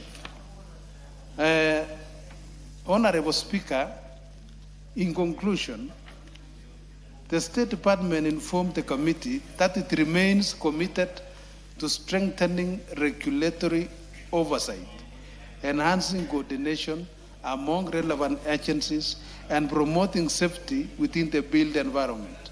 The State Department indicated that it has requested additional budgetary allocation through its submission to the National Assembly to support timely emergency response, routine inspections, forensic inspections, and improve interagency coordination, thereby enabling more effective prevention of building collapses and other construction-related disasters.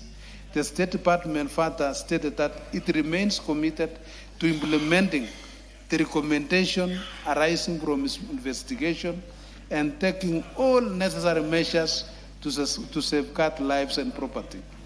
Thank you, Honorable Speaker. I submit and attached to what I have just read is submission from the State Department for Public Works. A copy of the same was availed to the Honorable Member in advance, Honorable Member Ngogoyo. Thank you, Honorable Onesimus Ngogoyo. Thank you very much, Mr. Speaker.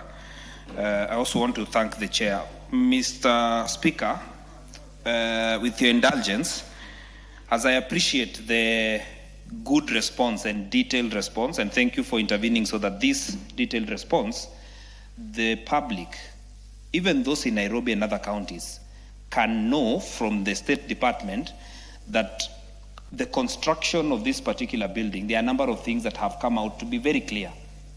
Mr. Speaker, with your indulgence, I want to ask the chair of the committee.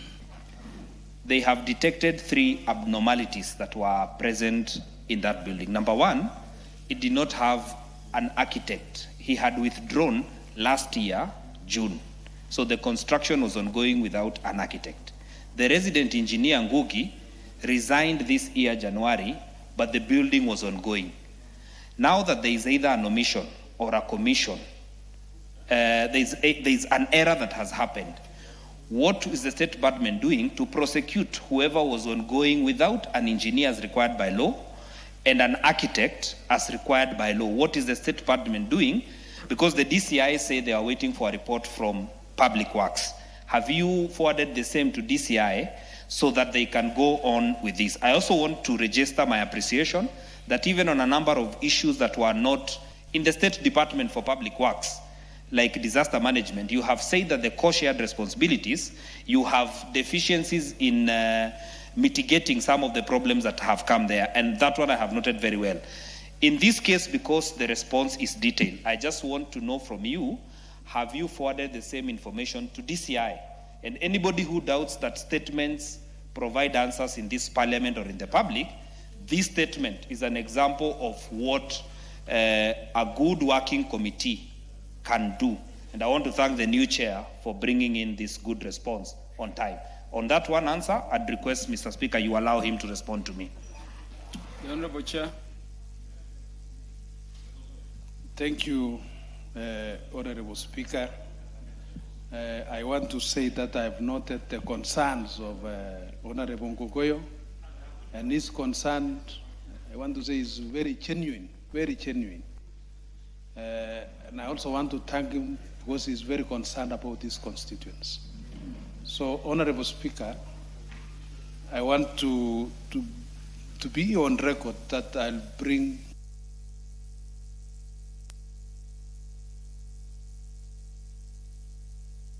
in touch with the ministry. I think we will leave it at that, but also to alert members that the proceedings of the House are public. And the DCI, in terms of their investigations, should be observing the proceedings and should know what to do in terms of the investigations or further investigations they want to take. Yeah, what is out of order, Honorable Bukose?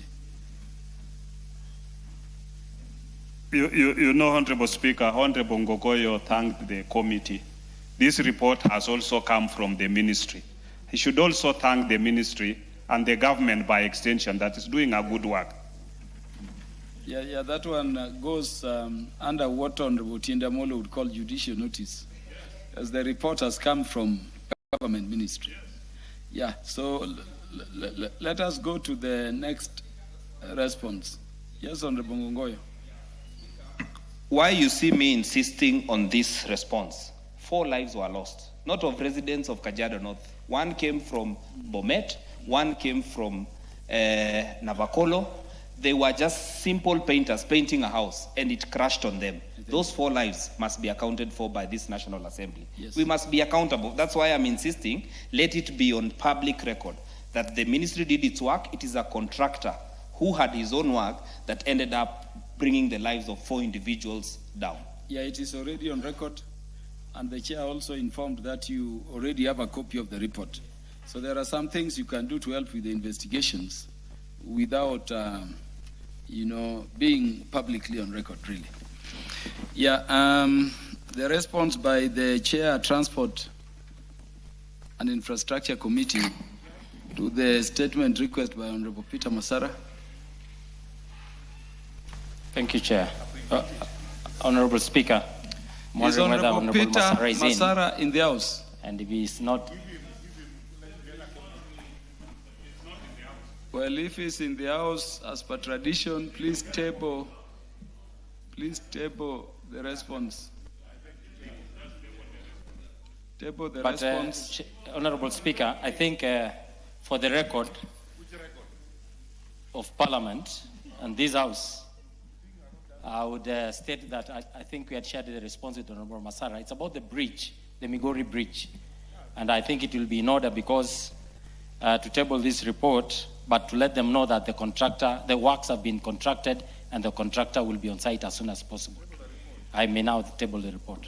No, Thank you. I want for once to review the direction I've given on that.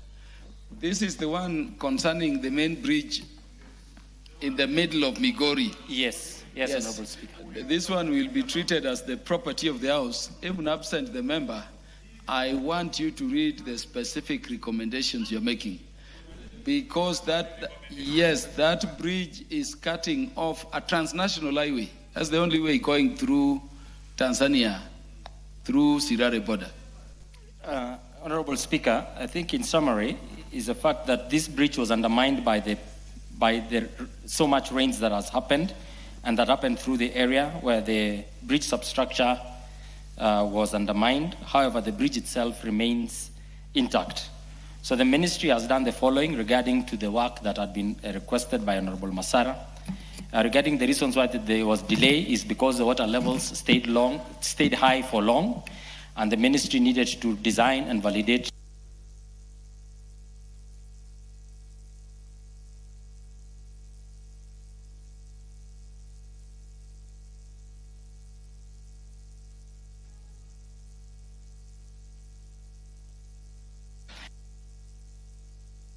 necessary funding, which was provided for in the supplementary budget, and as such, the works have been advertised, and we have given Honorable Masara the advertisement published notice on the newspapers, which was done on 23rd of June.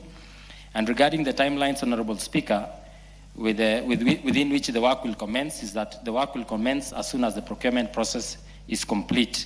The ministry is further submitting that the duration of construction will be 6 months, with a defects liability period of 12 months. Regarding the measures put in place to ensure that the safety of motorists and pedestrians and other road users pending completion of the rehabilitation works, the ministry submitted that Kenya will install warning signs, barricades, and traffic management measures on the affected bridge. The ministry further submitted that road users will be directed and guided to designated alternative routes where applicable, while regular monitoring and maintenance of the safety installations will be done on site. Honorable Speaker, the ministry also submitted that the contractor will ensure the safety of the public is maintained throughout the construction period until the bridge is reopened. So in summary, Honorable Speaker, funds have been secured, the procurement process has begun. As soon as it is complete, these works will be done. The contract period will be 6 months after when the works finally commences. Thank you, Honorable Speaker. And just to notify the House that Honorable Masara is back to the House. Yeah, the Honorable Francis Peter Masara. Yeah, what do you have to say to the response from the Minister? Thank you, Mr. Speaker. First, appreciate the response as per the Chair. But, Chairman, I'm not satisfied. Migori Bridge is the gateway to Tanzania. Migori Bridge connects Suna West and Suna East, the CBD of Migori County, the headquarters of South Nyanza. Mr. Speaker, for the last 6 months, there's no business going on within the town. When you want, the people I'm sure the people of Migori now are listening to the response. 2 months plus 6 months is 8 months. That will be 1.5 years when the town is closed. Mr. Speaker, this is not going to be fair to the people. More so in terms of security.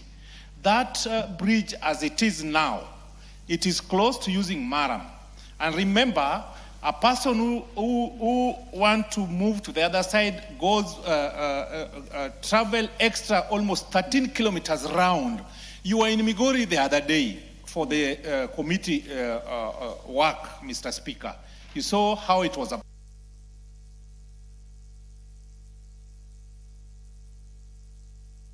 Let the military, the KDF, be deployed to repair that bridge so that the people of Migori and the traders and any other activity which needs that bridge can go on.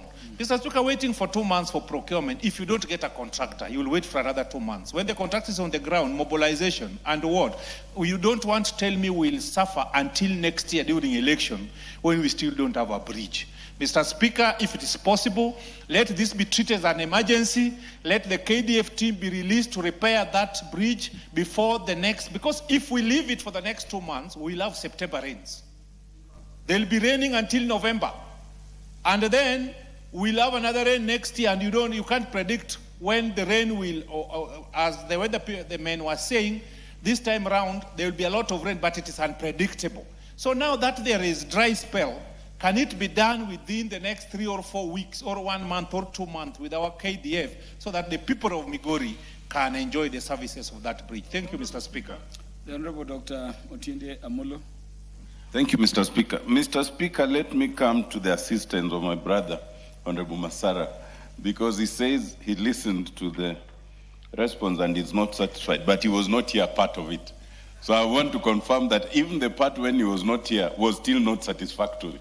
Honorable Masara, because, Mr. Speaker, I have used that route in recent times, and it is true that it takes you more than an hour, actually, to go around that bridge. And I think that is of high inconvenience, not just to the people of Migori, but to this country, because it's the gateway of trade with the Republic of Tanzania. But, Mr. Speaker, let me also say that I heard the chair use the word that the bridge has been undermined for long. Those were the words that were used. And I'd like the chair to, in further clarification, explain what that undermined means. You know, as a veteran protester, and some of us here have been veteran protesters, we know that for long, that Migori Bridge was our tool of protest. and if that is so, we want it reinforced in such a manner that in the unlikely event that in future it has to be used as a tool, it will not be undermined. But let it be a lesson also to those who are planning to protest even tomorrow, that even as we protest, let us try not to interfere with infrastructure. But, Mr. Speaker, lastly, I want to thank the chair for that very brief summary.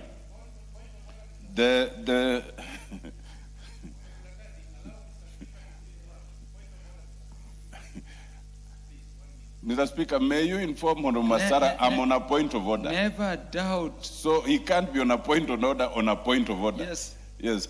All I'm saying, Mr. Speaker, is that even in the process of managing protests, no one should undermine any infrastructure, whether it is the police, whether it is the citizens, whether it is government or anyone else. But I support the idea of having very quick works on that bridge. But, Mr. Speaker, may I lastly urge that as you retire as the Speaker's panel, we review the time it takes to answer individual questions. The chair has done very well here, but there are chairs who take almost an hour for an answer that has been given to a member, so that there should be some direction that once you have given the response, yours should be a summary, and then the member comments. Otherwise, we take the whole day listening to 2 or 3 questions, Mr. Speaker. Thank you. Honorable Otiende Amolo, the point you are raising is already picked by the Rules Committee and is under deep consideration in terms of possible amendments to the standing order provisions. The Honorable Namuar. Chair, I want to thank Honorable Masara for this statement. and the response given by the committee. Honorable Chair, having worked in Migori for 3.5 years, I want to support that this bridge get the attention, the utmost attention required. But joyriding on the same, Honorable Speaker, allow me to mention that in Loima, for example, you have to come all the way from Lorgum, which is the headquarters of Loima constituency, to Lodwa, and then get to another part of the constituency. You will spend more than 1.5 hours. But if you cross, you will spend less than 30 minutes or even 20 minutes. Meaning, there is need for us to see if we can have a crossing, an immediate crossing for the whole constituency or sub-county to be served adequately within the required timeline. Again, in my constituency, Turkana Central, Honorable Speaker, I am trying to construct a new road across River Kerio, where we have a totally forgotten community in the Loriu ranges. And it has taken long for the ministry. And I think the chair for budget and appropriation is listening. We have more than 10 polling stations in that part of the world. And they only see government when they are voting, because ballot boxes and ballot papers are brought by helicopter and taken back by an helicopter.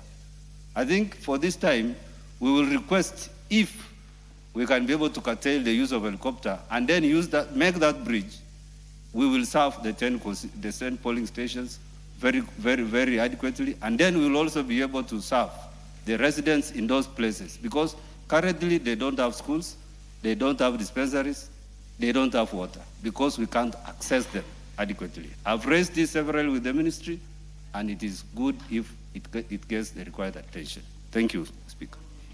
Honorable members, you know, we need to go to other business. Honorable Karoli. 1 minute. Honorable Speaker, I also have deep interests in Migori. So thank you for the opportunity. What I was wondering, why the broad-based brigade is not asking for a bypass for Migori town. Because we are planning to give them one sometime next year when Linda Mwananchi takes over. Honorable Karoli, because that bridge...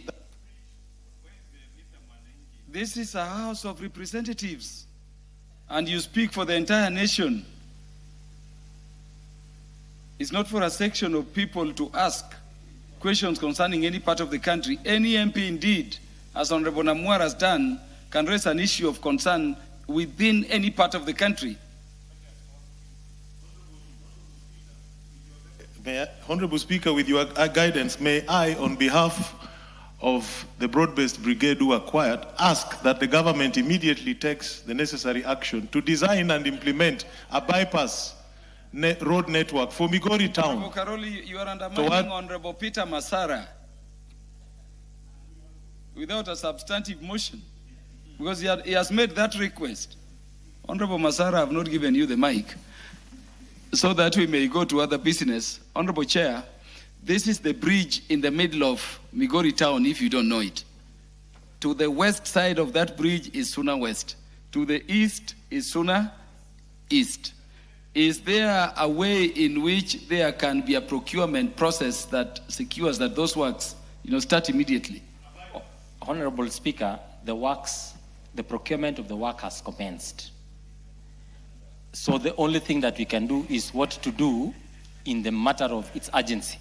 Number two, Honorable Speaker, the suggestion by Honorable Masara that this be moved to defense will subsequently remove this idea from Transport and Roads and Transport Committee to probably defense. So I do not know how we'd want to go forward with it, but the commitment that the ministry gave is that the works have been advertised. As soon as the bids are received, it will be prioritized for evaluation for works to commence as soon as possible. Honorable Peter Masara. And funding has been provided. Yes. You know the minister concerned, the CS Chirchir. He's a man of his word, and he's a man of expedition and efficiency.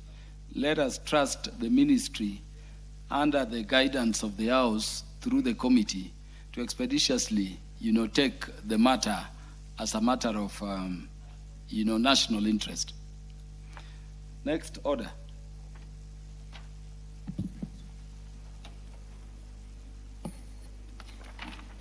Order number 8, motion.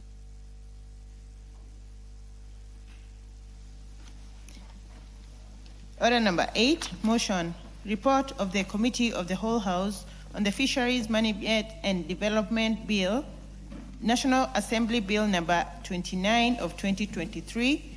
Question to be proposed. Yeah, honorable members, I now put the question that this House do agree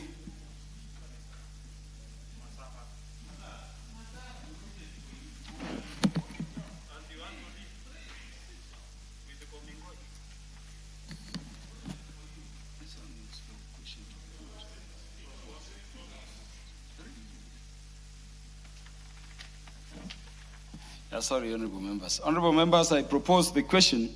This House do agree with the report of the Committee of the Whole House on its consideration of the Fisheries Management and Development Bill, National Assembly Bill number 29 of 2023, up to clause 39, and seek leave to see it again.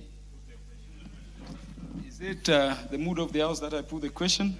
Honorable members, I therefore now put the question. This House do agree with the report of the Committee of the Whole House on its consideration Fisheries Management and Development Bill, National Assembly Bill number 29 of 2023, up to clause 39, and seek leave to sit again. Will as many as are of that opinion say aye? Will as many as are of the contrary opinion say nay? The ayes have it.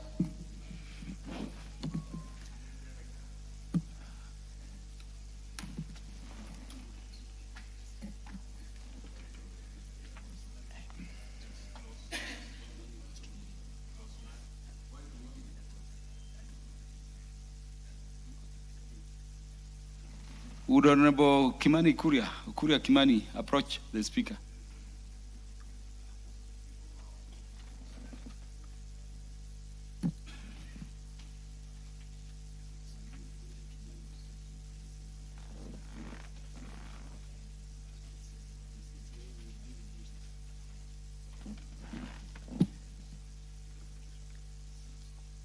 Yes.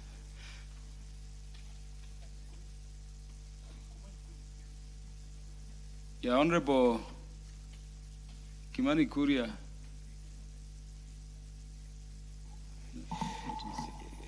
Honorable Speaker, I think with time we'll have to be very careful how you pronounce our names, Kuria Kimani and Kimani Shongwa, because when you said Kimani Kuria, the majority party was running back to the I've noted. Wondering what the business. Very many lapses on Honorable Kimani Kuria. Let us do some procedural step here before you. Can you read, can you go back to order number 5? Order number 5, papers. Yes, Honorable Kimani Kuria. Honorable Speaker, I beg to lay the following papers on the table of the House today, Wednesday, the 24th of June, 2026. Reports of the Departmental Committee on Finance and National Planning on its consideration of the following. 1, the Central Bank of Kenya Amendment Bill, National Assembly Bill number 27 of 2026. And 2, the Sovereign Wealth Fund Bill, National Assembly Bill number 7 of 2026. I thank you, Honorable Speaker. Thank you very much. Next order. Order number 9, the County Allocation of Revenue Bill, Senate Bill number 10 of 2026, second reading. The Chairperson, Budget and Appropriations Committee, the Honorable Samuel Atande. Thank you, Honorable Speaker. Honorable Speaker, I would like to move that the County Allocation of Revenue Bill, Senate Bill number 10 of 2026, be now read a second time. Honorable Speaker, you need to indulge me so that I can speak to my brother, the Honorable Karolio Mondi, who mentioned that the Linda Mwananchi will take over power, I think, in the next 1 or 2 years. I wanted to remind him that this presidential candidate was suspended by the ODM party and is currently partyless. he's gone back to court to seek for justice. I don't know how he's planning to, how that outfit is planning to take over power from us when their candidate has no political party anyway.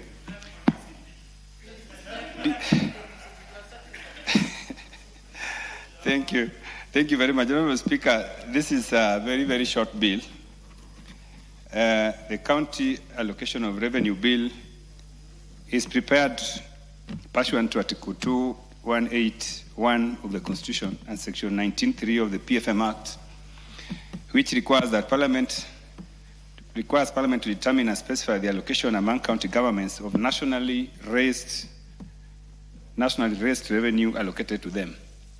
Honourable Speaker, the sharing of the revenue among the 47 counties is guided by the fourth basis of revenue sharing, which was approved by this Parliament, in the last financial year. Honourable Speaker, this bill was published on 30th April 2026 and passed by the Senate with amendments on Wednesday, 17th June 2026. The bill was transmitted to this House for concurrence in accordance with Article 1110(4) of the Constitution. Honourable Speaker, we need to timely pass this bill to enable county governments to be able to access the resources that we have already allocated to them under Division Revenue Act, which was recently passed. Honourable Speaker, the bill, as passed by the Senate, provides that the allocation of 428 billion to country governments as the equitable share of nationally raised revenue for the financial year 2026-2027. Honourable Speaker, this, as I have said, this was the money which was allocated under the Division Revenue Act, which we just passed. And Honourable Speaker, if you would remember, in the last financial year, the share of allocations to counties was 415 billion. In this financial year, it was raised by 13 billion to 428 billion. Honourable Speaker, the sharing of these revenues among counties is guided by the fourth basis for revenue sharing, which comprises three components. The first component is the baseline allocation. The second one is the affirmative allocation, and the third one is the county allocation index. Honourable, the baseline allocation is the allocations which were given to counties in the financial year 2024-2025, which was 387.425 billion. The affirmative allocation, Honourable Speaker, is to take care of about 12 counties which are basically disadvantaged because of three fundamental factors. One, they are either very small, and therefore they will not be able to benefit from the geographical index factor. Also, their population is also small, so they will not also able to benefit from the population index factor, which is a factor for sharing of the county revenues.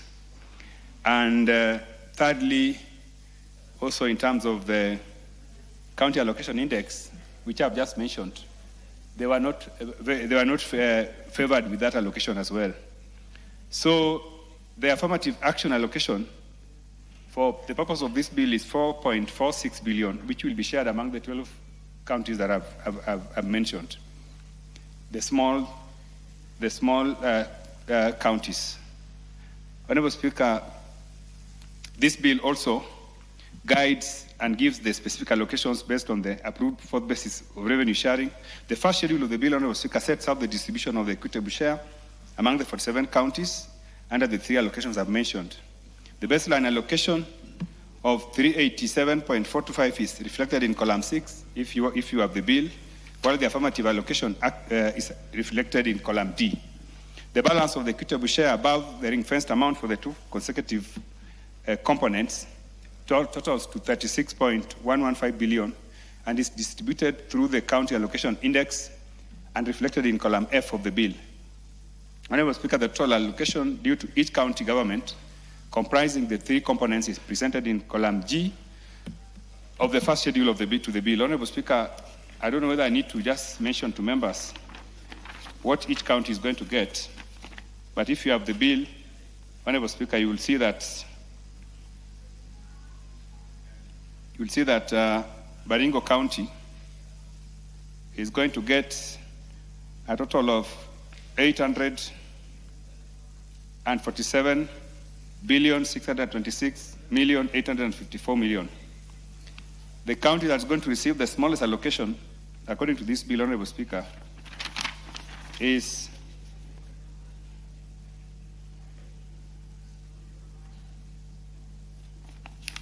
sorry, Honorable Speaker. I'm reading the wrong figure.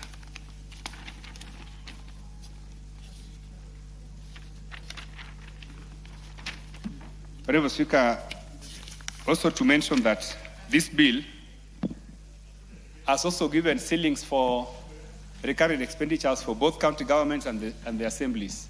Honorable Speaker, in the past it was realized that some countries spend more resources on recurrent expenditures of post-development.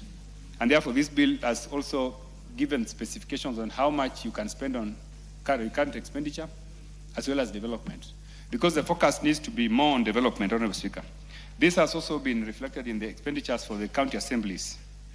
In the past, some county governments were undermining county assemblies. As part of giving them independence to be able to oversight county governments, we have also been able to, in this bill, given them an outline of what they need to spend on development as well as on their current expenditures. Honorable Speaker, as I said, this is a very, very small bill, and this House must pass this bill without amendments. Therefore, Honorable Speaker, I would like to conclude by saying that the committee reviewed the bill and observed that the proposed allocations fully comply with the Constitution, the PFM Act, and the approved fourth basis for revenue sharing.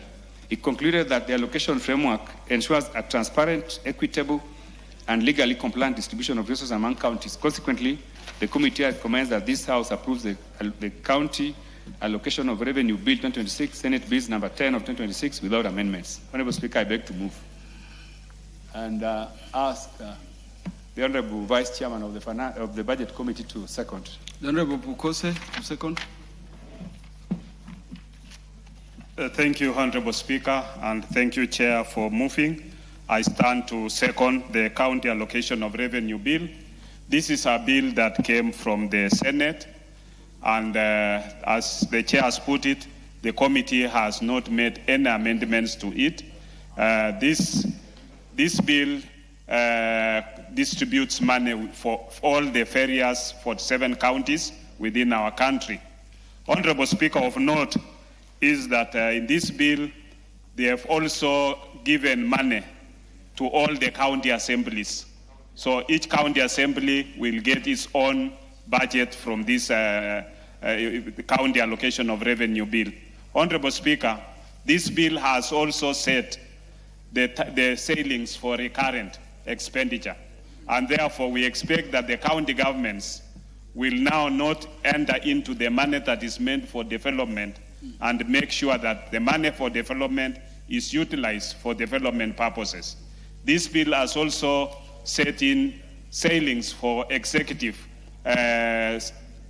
executive committees on how much they can also be able to spend. You'll find that there are some county assemblies that have lost, and there are some county assemblies that have gained.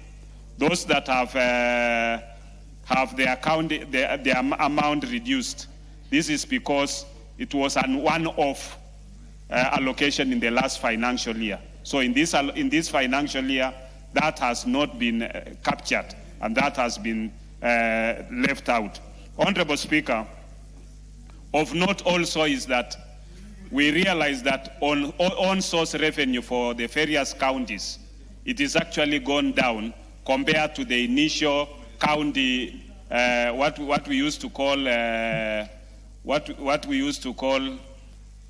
it was called what? You're talking about the local government? Local government. The local governments in the past were actually collecting more money than what we are realizing now in the counties. And therefore, this is of concern, because when counties are only waiting to get money from what is collected by the national government, and yet they have the ability and capacity to be able to raise their own revenue, then this brings a problem. Because what you realize, Honorable Speaker, is that when we pass the County Allocation of Revenue Bill, you will find that the Division of Revenue Bill, which is now an act, you realize that whatever is allocated to the national government, if there is a shortfall, then the national government loses. And yet, whatever we give to the counties remains the same. And yet, what we are collecting at times you'll find that KRA might not collect enough, and that can also lead into delays in disbursements to the counties. But if the counties were enhance their own sales revenue collection, then this could come in handy to make sure that services within the counties are running smoothly. With those few remarks, Honorable Speaker, I second. Yeah, honorable members, I propose the question that the county allocation of revenue bill, Senate Bill number 10 of 2026, be now read a second time. The majority leader takes precedence. Thank you, Honorable Speaker. Honorable Speaker, I rise to support this motion, and allow me to thank the Chair and the Budget and Appropriations Committee for consideration of this bill that came from the Senate. Honorable Speaker, this bill shares revenue that we have shared in the Division of Revenue Bill amongst our 47 counties. And if you look at the schedules, Honorable Speaker, out of the money that we divided between the two levels of government, the Senate has now gone further in line with the sharing formula that they are using, the current formula, shared the revenue in accordance, as I said, with the formula. And I was just looking at some of the top gainers, Honorable Speaker, of the top counties that are getting quite hefty amounts, like the city county of Nairobi, Kiambu County, where I come from. I see Mombasa County is also not doing so badly. And therefore, Honorable Speaker, I pause and ask myself, if, for instance, the county government of Nairobi is getting 22 billion shillings from shareable revenue, are the people of Nairobi getting commensurate service to this 22 billion? If Mandera, for instance, is getting 12.5, or Kakamega at 14 billion, Honorable Speaker, are they getting commensurate service? My own county of Kiambu is getting 13.5 billion. It's among the top counties receiving the highest levels of revenue. But you need to go down to our counties and ask the people that we represent, because we also live in these counties. Are they getting commensurate service to the monies that these governors and our county governments are getting? And I know, Honorable Speaker, we are headed to an election year. And this is the second last CARA, or county allocation of revenue bill, that we are doing. When it becomes an act of parliament, it will be the second last. I know the Comptroller of Budget, the Auditor General are also doing their work. But our governors doing their work with the monies that is being allocated to them. And I dare say, Honorable Speaker, many of them are a big letdown. If you go to any part of this country, and I say any part, not Kiambu, not Nairobi, not Baringo, not Mombasa, ask the people there, which monies between NGCDF and the county government funds can you see on the ground? What tangible development can you see on the ground? I've been to some counties, people tell me the women reps are doing better with their mega amounts of money they get through GAF. And they are doing more impactful projects than governors who are running billions. Honorable Speaker, I have been around this country and I have listened to many people, whereas those in the opposition are out there shouting, oh, SHA is not working. And they're inciting the public out there on how much SHA is not working for them. Because the people, when they visit their local dispensaries, are not getting services. They can't get medicine in the hospitals. There are no healthcare workers in those hospitals, Honorable Speaker. I've listened to horror stories of healthcare workers telling me they are on their third month without pay in some of our counties. In my own county in Kiambu last year, healthcare workers down their tools for months. And the governor there felt nothing, heard nothing, saw nothing bad, even as children died in hospitals. it took the Council of Governors intervention. And I remember sitting with the Council of Governors leadership in charge of the Health Committee. I sat with KMPDU and we prevailed on the Council of Governors to mediate between KMPDU and the county government of Kiambu to at least get health services working back in Kiambu. Last week I saw the member for Thika, Honorable Alice Nganga, storm into a hospital in Ruiru to rescue mothers, I think close to 20 mothers, who are being held in that hospital on account of pending bills or unpaid bills. Honorable Speaker, why are mothers being held against their will with their young babies, exposing them to danger and risks of even contracting infections in a hospital? And those of you who are parents know, children are very easy to pick up all manner of infections. So children are born, newborns, but they are being held in a hospital because the mothers have not been sorted on their bills. And I saw the naysayers asking, are they now telling us that SHA is not working? And that is why I've mentioned this issue, Honorable Speaker, because if there are people who have let down the people of Kenya, it is governors. If there are people who are sabotaging the working of SHA, is governors. Honorable Speaker, when we crafted the 4 health laws under the Social Health Insurance Authority, we had a facility improvement fund. These governors are getting money, or rather the hospitals are collecting money from the Social Health Authority on the facility improvement fund, but is that money going back to the facilities?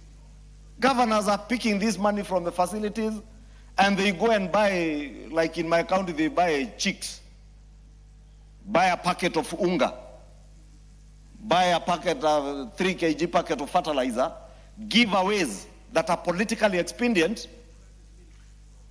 Some are here branding milk in their names with their photos. But this is the money you are collecting out of the facility improvement fund, instead of taking that money back to the facility to be able to improve the facility, because that was the intent of that law. We developed the facility improvement fund to make sure that a dispensary in Ruiru does not have to wait for money to come from Kiambu. Mbagathi Hospital does not need to wait for City Hall to send money to them. They should have the money at that local level, so that if there are bandages that have run out of the facility, or Panadols, paracetamols, they simply procure at the local level, and there are guidelines in the regulations up to what amounts you can procure at the local level. And we made sure that there were regulations that have been done pursuant to that facility improvement fund, Honorable Speaker. Look at the procurement. In our last estimates this year, we have just allocated to KEMSA 21 billion shillings to make sure that KEMSA is adequately capitalized for these county governments and all other hospitals to be able to procure medicine from KEMSA. Are counties procuring and paying? Talk to KEMSA. They don't. Do they have money? Have they collected money from the Social Health Authority? Yes, they have. Are they offering health care services to the people of Kenya? They are not. And therefore, when people cry and say, SHA is not working for me because first I visit a hospital, the primary health care fund, and I wish Dr. Nyikal was here, but the chair budget is here. He will tell you the primary health care fund now has 19.1 billion shillings. For what purpose, Honorable Speaker? Why are we allocating from our national revenues 19.1 billion shillings to primary health care facilities? So that, Honorable Speaker, pursuant to the provisions of Article 43 of our Constitution, any Kenyan who falls sick in any part of the country can visit a primary health care facility, a dispensary, a level 1, level 2, level 3 facility, get treated, and so long as that facility is SHA enlisted, and the patient is also enlisted in SHA and has paid his premiums, you get free treatment, and you don't need to pay anything. But where I say governors are letting us down in the county governments, they never inform the public They do not want the public to know. They do not want the public to know that the government has allocated 19 billion shillings to pay health care for them, because they also want to steal from the same public by charging them again. Honorable Speaker, this is the most evil thing any human being can do to another. When you take your child who has high fever at night to your local dispensary, and you are being told without 700 shillings for consultation, then another 900 shillings for drugs that are not even available, you are being told to go and buy outside the hospital in a pharmacy that belongs to the pharmacist or to the county executive or the chief officer in charge of healthcare. We are doing very unjust things to our people, Honorable Speaker. Then the same people go and tell the people out there, oh, SHA is not working. It is not SHA that is not working. It is your theft that we can't satisfy. It is their greed we can't satisfy, Honorable Speaker. If we allocate 19 billion shillings to the primary healthcare fund, that money must go to ensure that the people of Kenya access healthcare at the primary level without payment. And it is not just in public hospitals, Honorable Speaker, even in private care hospitals, private hospitals that are SHA enlisted. And it is good we tell the people of Kenya that so long as you are enlisted and registered with SHA, and the hospital that you visit is also enlisted, so first make sure you are registered, you have paid your premiums in SHA, then the hospital that you visit is SHA enlisted. You should get care for primary care without payment, because we have provided for that. And when we did the Primary Healthcare Act, Honorable Speaker, you remember, we said that it would be compulsory for us as a house that represents people in our constituencies, in our counties, to allocate money to the Primary Healthcare Fund. We have done that as members of the National Assembly. We must now ask our senators. It is not enough to just call governors to the Public Accounts Committee in Senate and harass them at the gate, chasing them, I don't know, to do what with them, and throwing punches. That is not the work of any senator.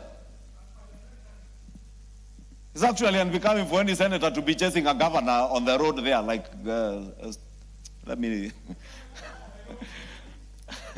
Whether you are a senator for Nairobi or for Kwale or for wherever or for Kiambu, your work is to oversight and make sure that the primary health care fund monies are being utilized to treat people in your county for free, especially in those county hospitals. Make sure that the facility improvement fund is being utilized to improve the facilities down at the local level, Honorable Speaker. Because the facility improvement fund is for all those county hospitals, Honorable Speaker. We have allocated money, shareable revenue here, which is being shared. More money is going for healthcare under the Facility Improvement Fund. More money is going under the Primary Healthcare Fund, and the reimbursements they get, Honorable Speaker. And therefore, the people of Kenya should not be crying about healthcare, Honorable Speaker. If I had my way, Honorable Speaker, and I know I speak for very many Kenyans, very many, and I know Senior Counsel Otiende Omolo and Karoli Omondi would not agree with me. I will not do away with the governors. I would take back the healthcare function back to the national government, at least from level 2, 3, and 4, all the way to 5. If only I had my Honorable Speaker. And I know many Kenyans associate with those sentiments. In fact, I am surprised even my brother Karoli Omondi is saying he has said it before. Because we are all agreed. I see Honorable Otiende Omolo maybe may also be supporting me on that. But whether or not Honorable Otiende Omolo, Karoli Omondi, or any other member supports me. Dr. Otiende Omolo. Thank you, Mr. Speaker. Mr. Speaker, I have listened, as I usually do, very carefully to the Leader of Majority, as he's spewing a lot of wisdom, much of which I agree with, but there are 2 points to be made, Mr. Speaker, and I rise under Standing Order number 87. But before I do that, if you allow me, is to tell the Honorable Leader of Majority that the point he makes is not even a point of recommending an amendment to the Constitution. I am on record as saying that a careful scrutiny of the Constitution leads to the conclusion that when the decision was made to devolve health in its generality, it was the mistake. Because the schedule, the kind of health facilities that are covered by the county is not health generally. It is only certain health facilities that previously were run under the local government department, and not everything generally. So I would actually agree with you that that mistake was made several years ago. And if it is sought to be corrected, I would not be the one standing on the path of correction. But having said that, Mr. Speaker, and I agree again with the Leader of Majority that the CDF, NGAF does a lot that is visible, and many counties do not do a lot that is visible. But however, for our own benefit, Mr. Speaker, I want to invite you to this without inviting you to rule immediately, that we carefully look at Standing Order 87. And Standing Order 87, in terms of the discussion of conduct of any head of government.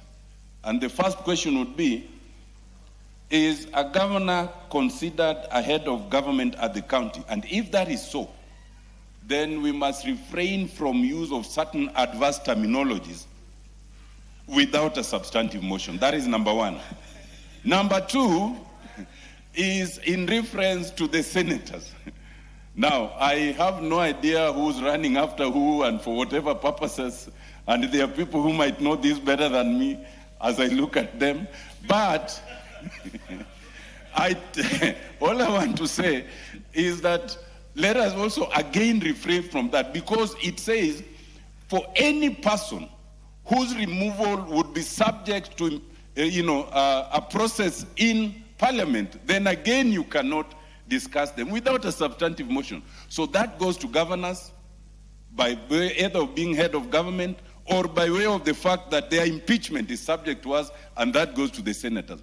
Just so that they do not also get an opportunity to discuss as carelessly as sometimes they do in Senate proceedings. I urge, Mr. Speaker, that when you retire, you will consider that without interrupting the Leader of Majority. Thank you. No doubt, point taken. The Honorable Dr. Otienda Molo. The Honorable Majority Leader will... Thank you, Honorable Speaker. Honorable Speaker, let me thank Dr. Omolo first for spring great wisdom on the question of the healthcare functions. And I pointed to Dr. Omolo because I know he was actively involved in the writing of this new constitution. And therefore, when you hear a senior counsel inform us that indeed the drafters of this constitution never intended healthcare to be devolved in the manner in which we devolved. And that is why Kenyans are crying, Honorable Speaker. But too, Honorable Speaker, as much as Dr. Omolo says, Tienda is saying he's not calling you to make a ruling on that, he knows he's being a lawyer now. Now that is a senior counsel speaking. And he knows I am not a lawyer, but I am also not very daft. And therefore, he knows that I was speaking generalities. I have not spoken about a particular governor. I have not spoken about a particular senator, and therefore I cannot be discussing anybody in particular. And I am very much aware of the provisions of Standing Order 87, and that is why I carefully chose my words, even as I spoke about senators who are chasing. The people of Kenya know which senators, so I don't need to, and they saw them. When I speak about governors who are distributing chicks, a packet of unga, a packet, half a kg of sugar, they know them. When I speak about governors who are branding milk, Kenyans out there know them. So we are not discussing a particular governor, we are discussing the bad conduct of governors and telling governors without apologies, you must be accountable to the people of Kenya. You must be accountable not just to this shareable revenue that is being distributed here through Kara, but also the money coming to you, whether it is through the additional county allocations, which we just did here. Honorable Speaker, you know we have conditional allocations like the 8.6 billion that we allocated for universal health care workers to make them permanent and pensionable staff, we must inform the people of Kenya.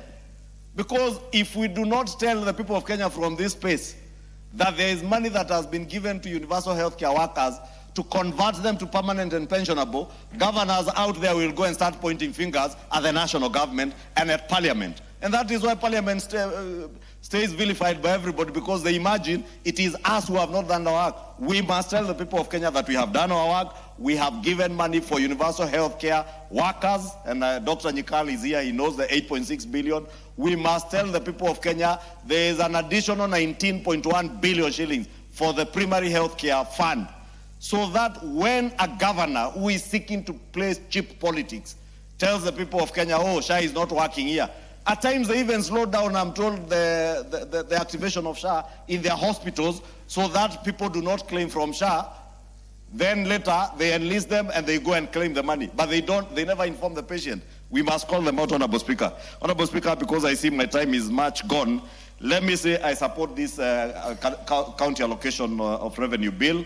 And when it becomes an act of parliament, I do expect that all governors in Kenya, without exception, will and must be accountable to the people of Kenya in relation not just to this money, but also the additional county allocations and the other monies that are going to our county governments, Honorable Speaker.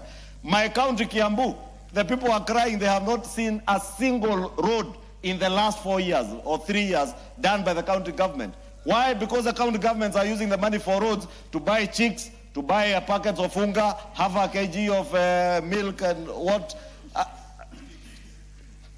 Honorable Speaker, you know, Carol.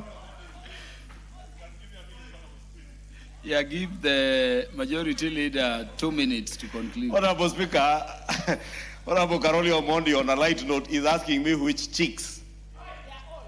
Chicken. Day-old chicks. Not the other chicks Honorable Karoli Omondi is imagining. The people of Kiambu are given day-old chicks, 5-day-old chicks. But as they collect the day-old chicks, which I have nothing against, they must know that there is also more money allocated for rehabilitation and maintenance of their roads that is not being done. They must know that there is 19 billion shillings that is available for the primary health care fund, that when they walk into Lusegeti healthcare, which we are building as a national government, upgrading it to a level 4 hospital, that hospital, when you go there, being a level 4 hospital, or a level 3 hospital at Zambezi, or at Kino, or at Gikambura health centers, you should access healthcare services free of charge so long as you are SHA enlisted, and those facilities, because I know, I made sure they were all enlisted. People must not be charged. But they are being charged, and the governors are still claiming this is the money. Then they come and try and attempt to bribe the people of Kenya for political expediency. I want to tell the people of Kenya, those who bribe you with your own money for your drugs, for your healthcare facilities, when the time comes, deal with them as you ought to deal with them. But for us, before Honorable Tiendo Ombolo stood on a point of order, I was saying our Senate must hold our governors to account. They must hold them to account.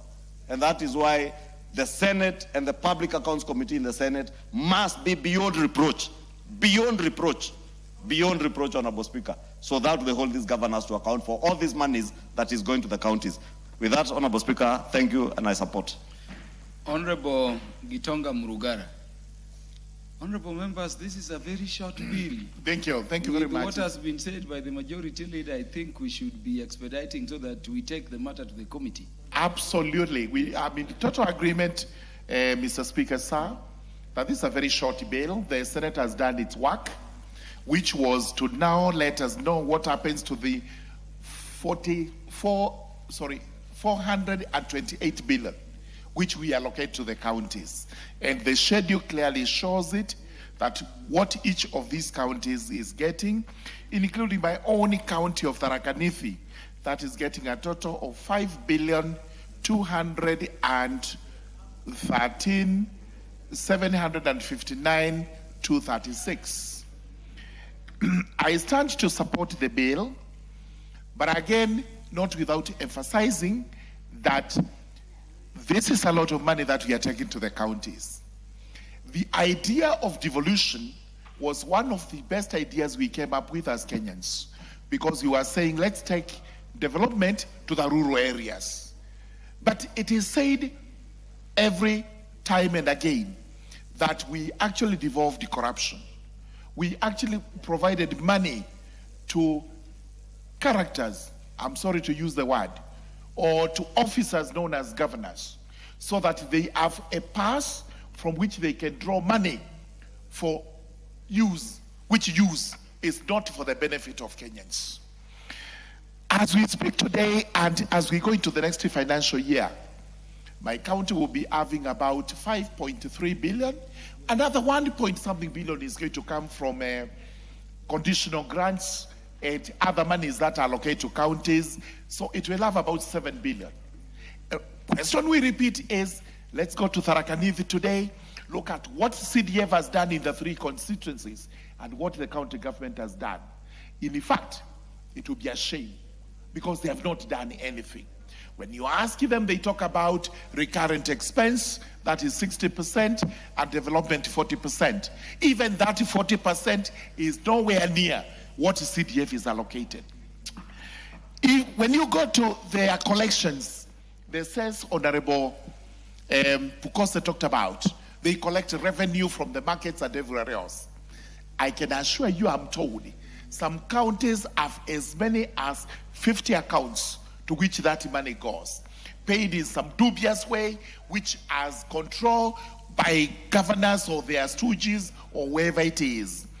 I know some of us are aspiring to go to counties, but this mentality with the governors, where they just use money meant for citizens the way they want, is abhorrent. We must frown against it and we must condemn it. As we support this, Senate must wake up. Senate must go to the counties and ensure this money is actually accounted for, it is oversighted, and that those governors that are wrong are brought to book. EACC, the agency I oversight, I keep on reminding them there is a lot of work to be done in the counties and they should not relax. They should actually bring these guys to book.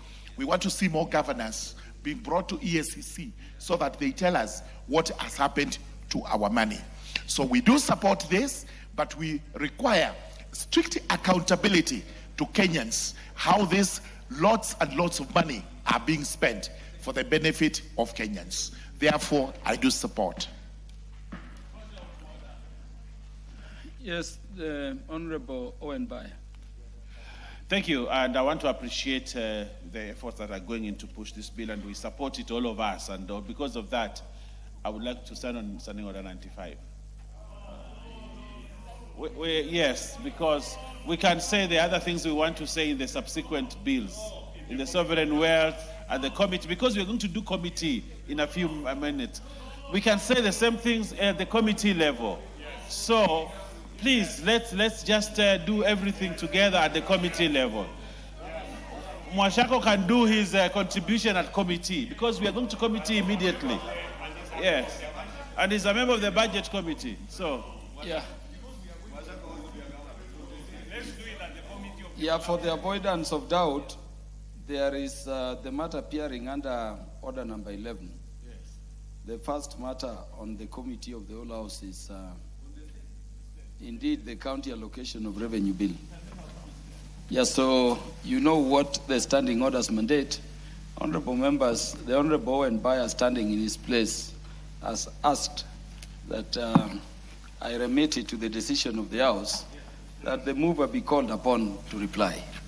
Will as many as are of that opinion say aye? Aye. Will as many as are of the contrary opinion say nay? Nay. Obviously the ayes have it. Yeah, mover. Thank you. Honorable Speaker, I don't want to say much after members have been requested to wait and contribute at the committee of the whole House. Just to thank members who have made their contributions. Honorable Speaker, it is indeed very true that Kenyans do not see the value of the resources that are sent to counties. And this is a reality which all Kenyans must be aware. I want Kenyans to know that we are sending humongous resources to counties. 428 billion, and that if there's any county where services are not being rendered, like my county, I know nurses are on strike, doctors are on the street. I want to inform them that funds have been sent to their counties, and therefore they should be prepared to demand for services from their governors. Honorable Speaker, with those many remarks, I beg to reply.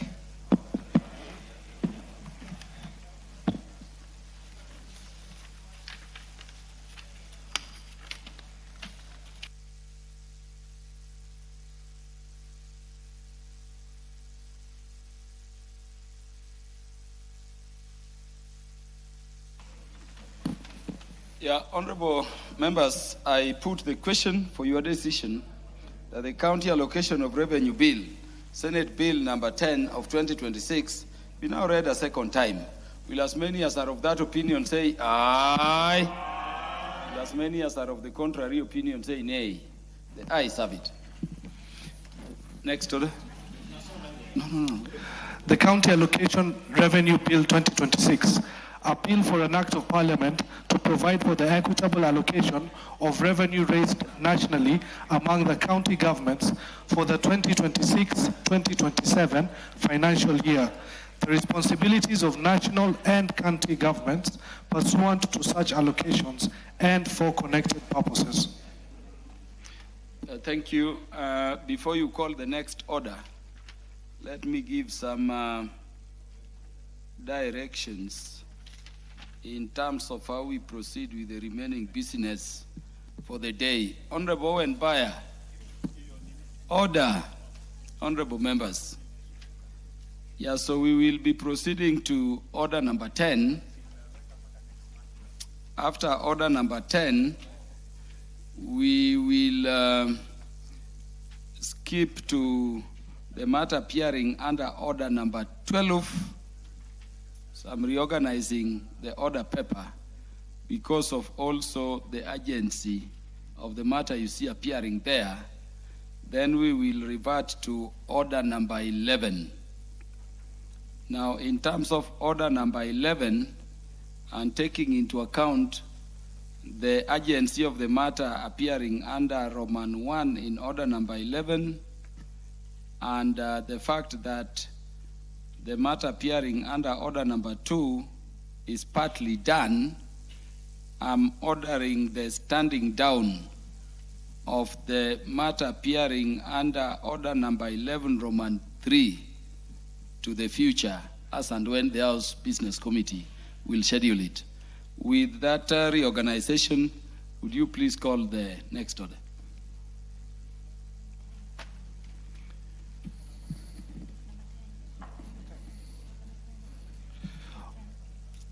Order number 10, motion. Consideration of petition regarding variation of boundaries for 3 specified forests. Yeah, the Chairperson, Departmental Committee on Environment, Forestry and Mining. Honorable Speaker, I beg to move that, taking into consideration the findings of the Departmental Committee on Environment, Forestry and Mining in its report on the consideration of a petition by the Cabinet Secretary for Ministry of Environment, Climate Change and Forestry relating to the variation of boundaries for Turbo Forest, Manzini area, Mount Elgon Forest, Chepuk Phases 2 and 3, and Kakamega Forest, Shiro and Shaviringa settlement schemes laid on the table of the House on Wednesday, 24th June 2026, and pursuant to the provisions of Section 34(5) of the Forest Conservation and Management Act, Cap 385, this House, A, finds that the petition by the Cabinet Secretary for the Ministry of Environment, Climate Change and Forestry. Honorable Chairperson, I see some people are asking again the order of business. For clarity, Honorable Millie Odhiambo and the others I see asking, we are now on order number 10, which is the consideration of the petition regarding variation of boundaries for 3 specified forests, the one being moved. After that, we will go to order number 12, which is the consideration of the Sovereign Wealth Fund Bill, National Assembly Bill number 7 of 2026.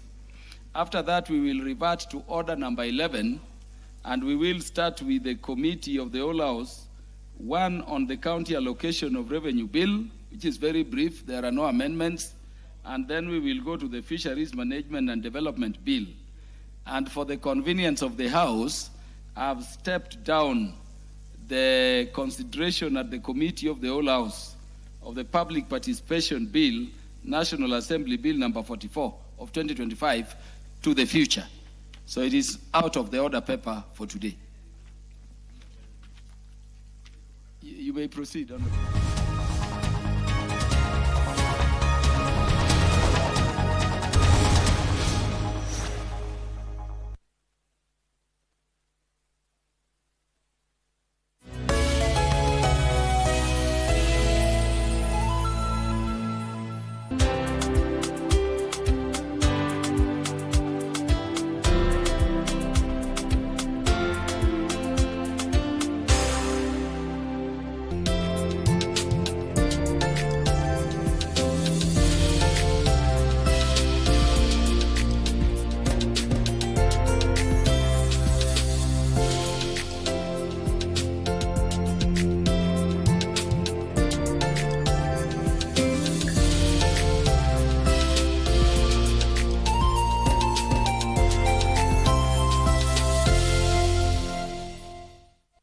The FIFA World Cup 2026, hosted by the Triumvirate of Canada, Mexico and the United States of America, promises to be blissful. Explore the most exciting edition of the tournament to date as 48 teams from around the globe compete in 104 fixtures across 16 host cities.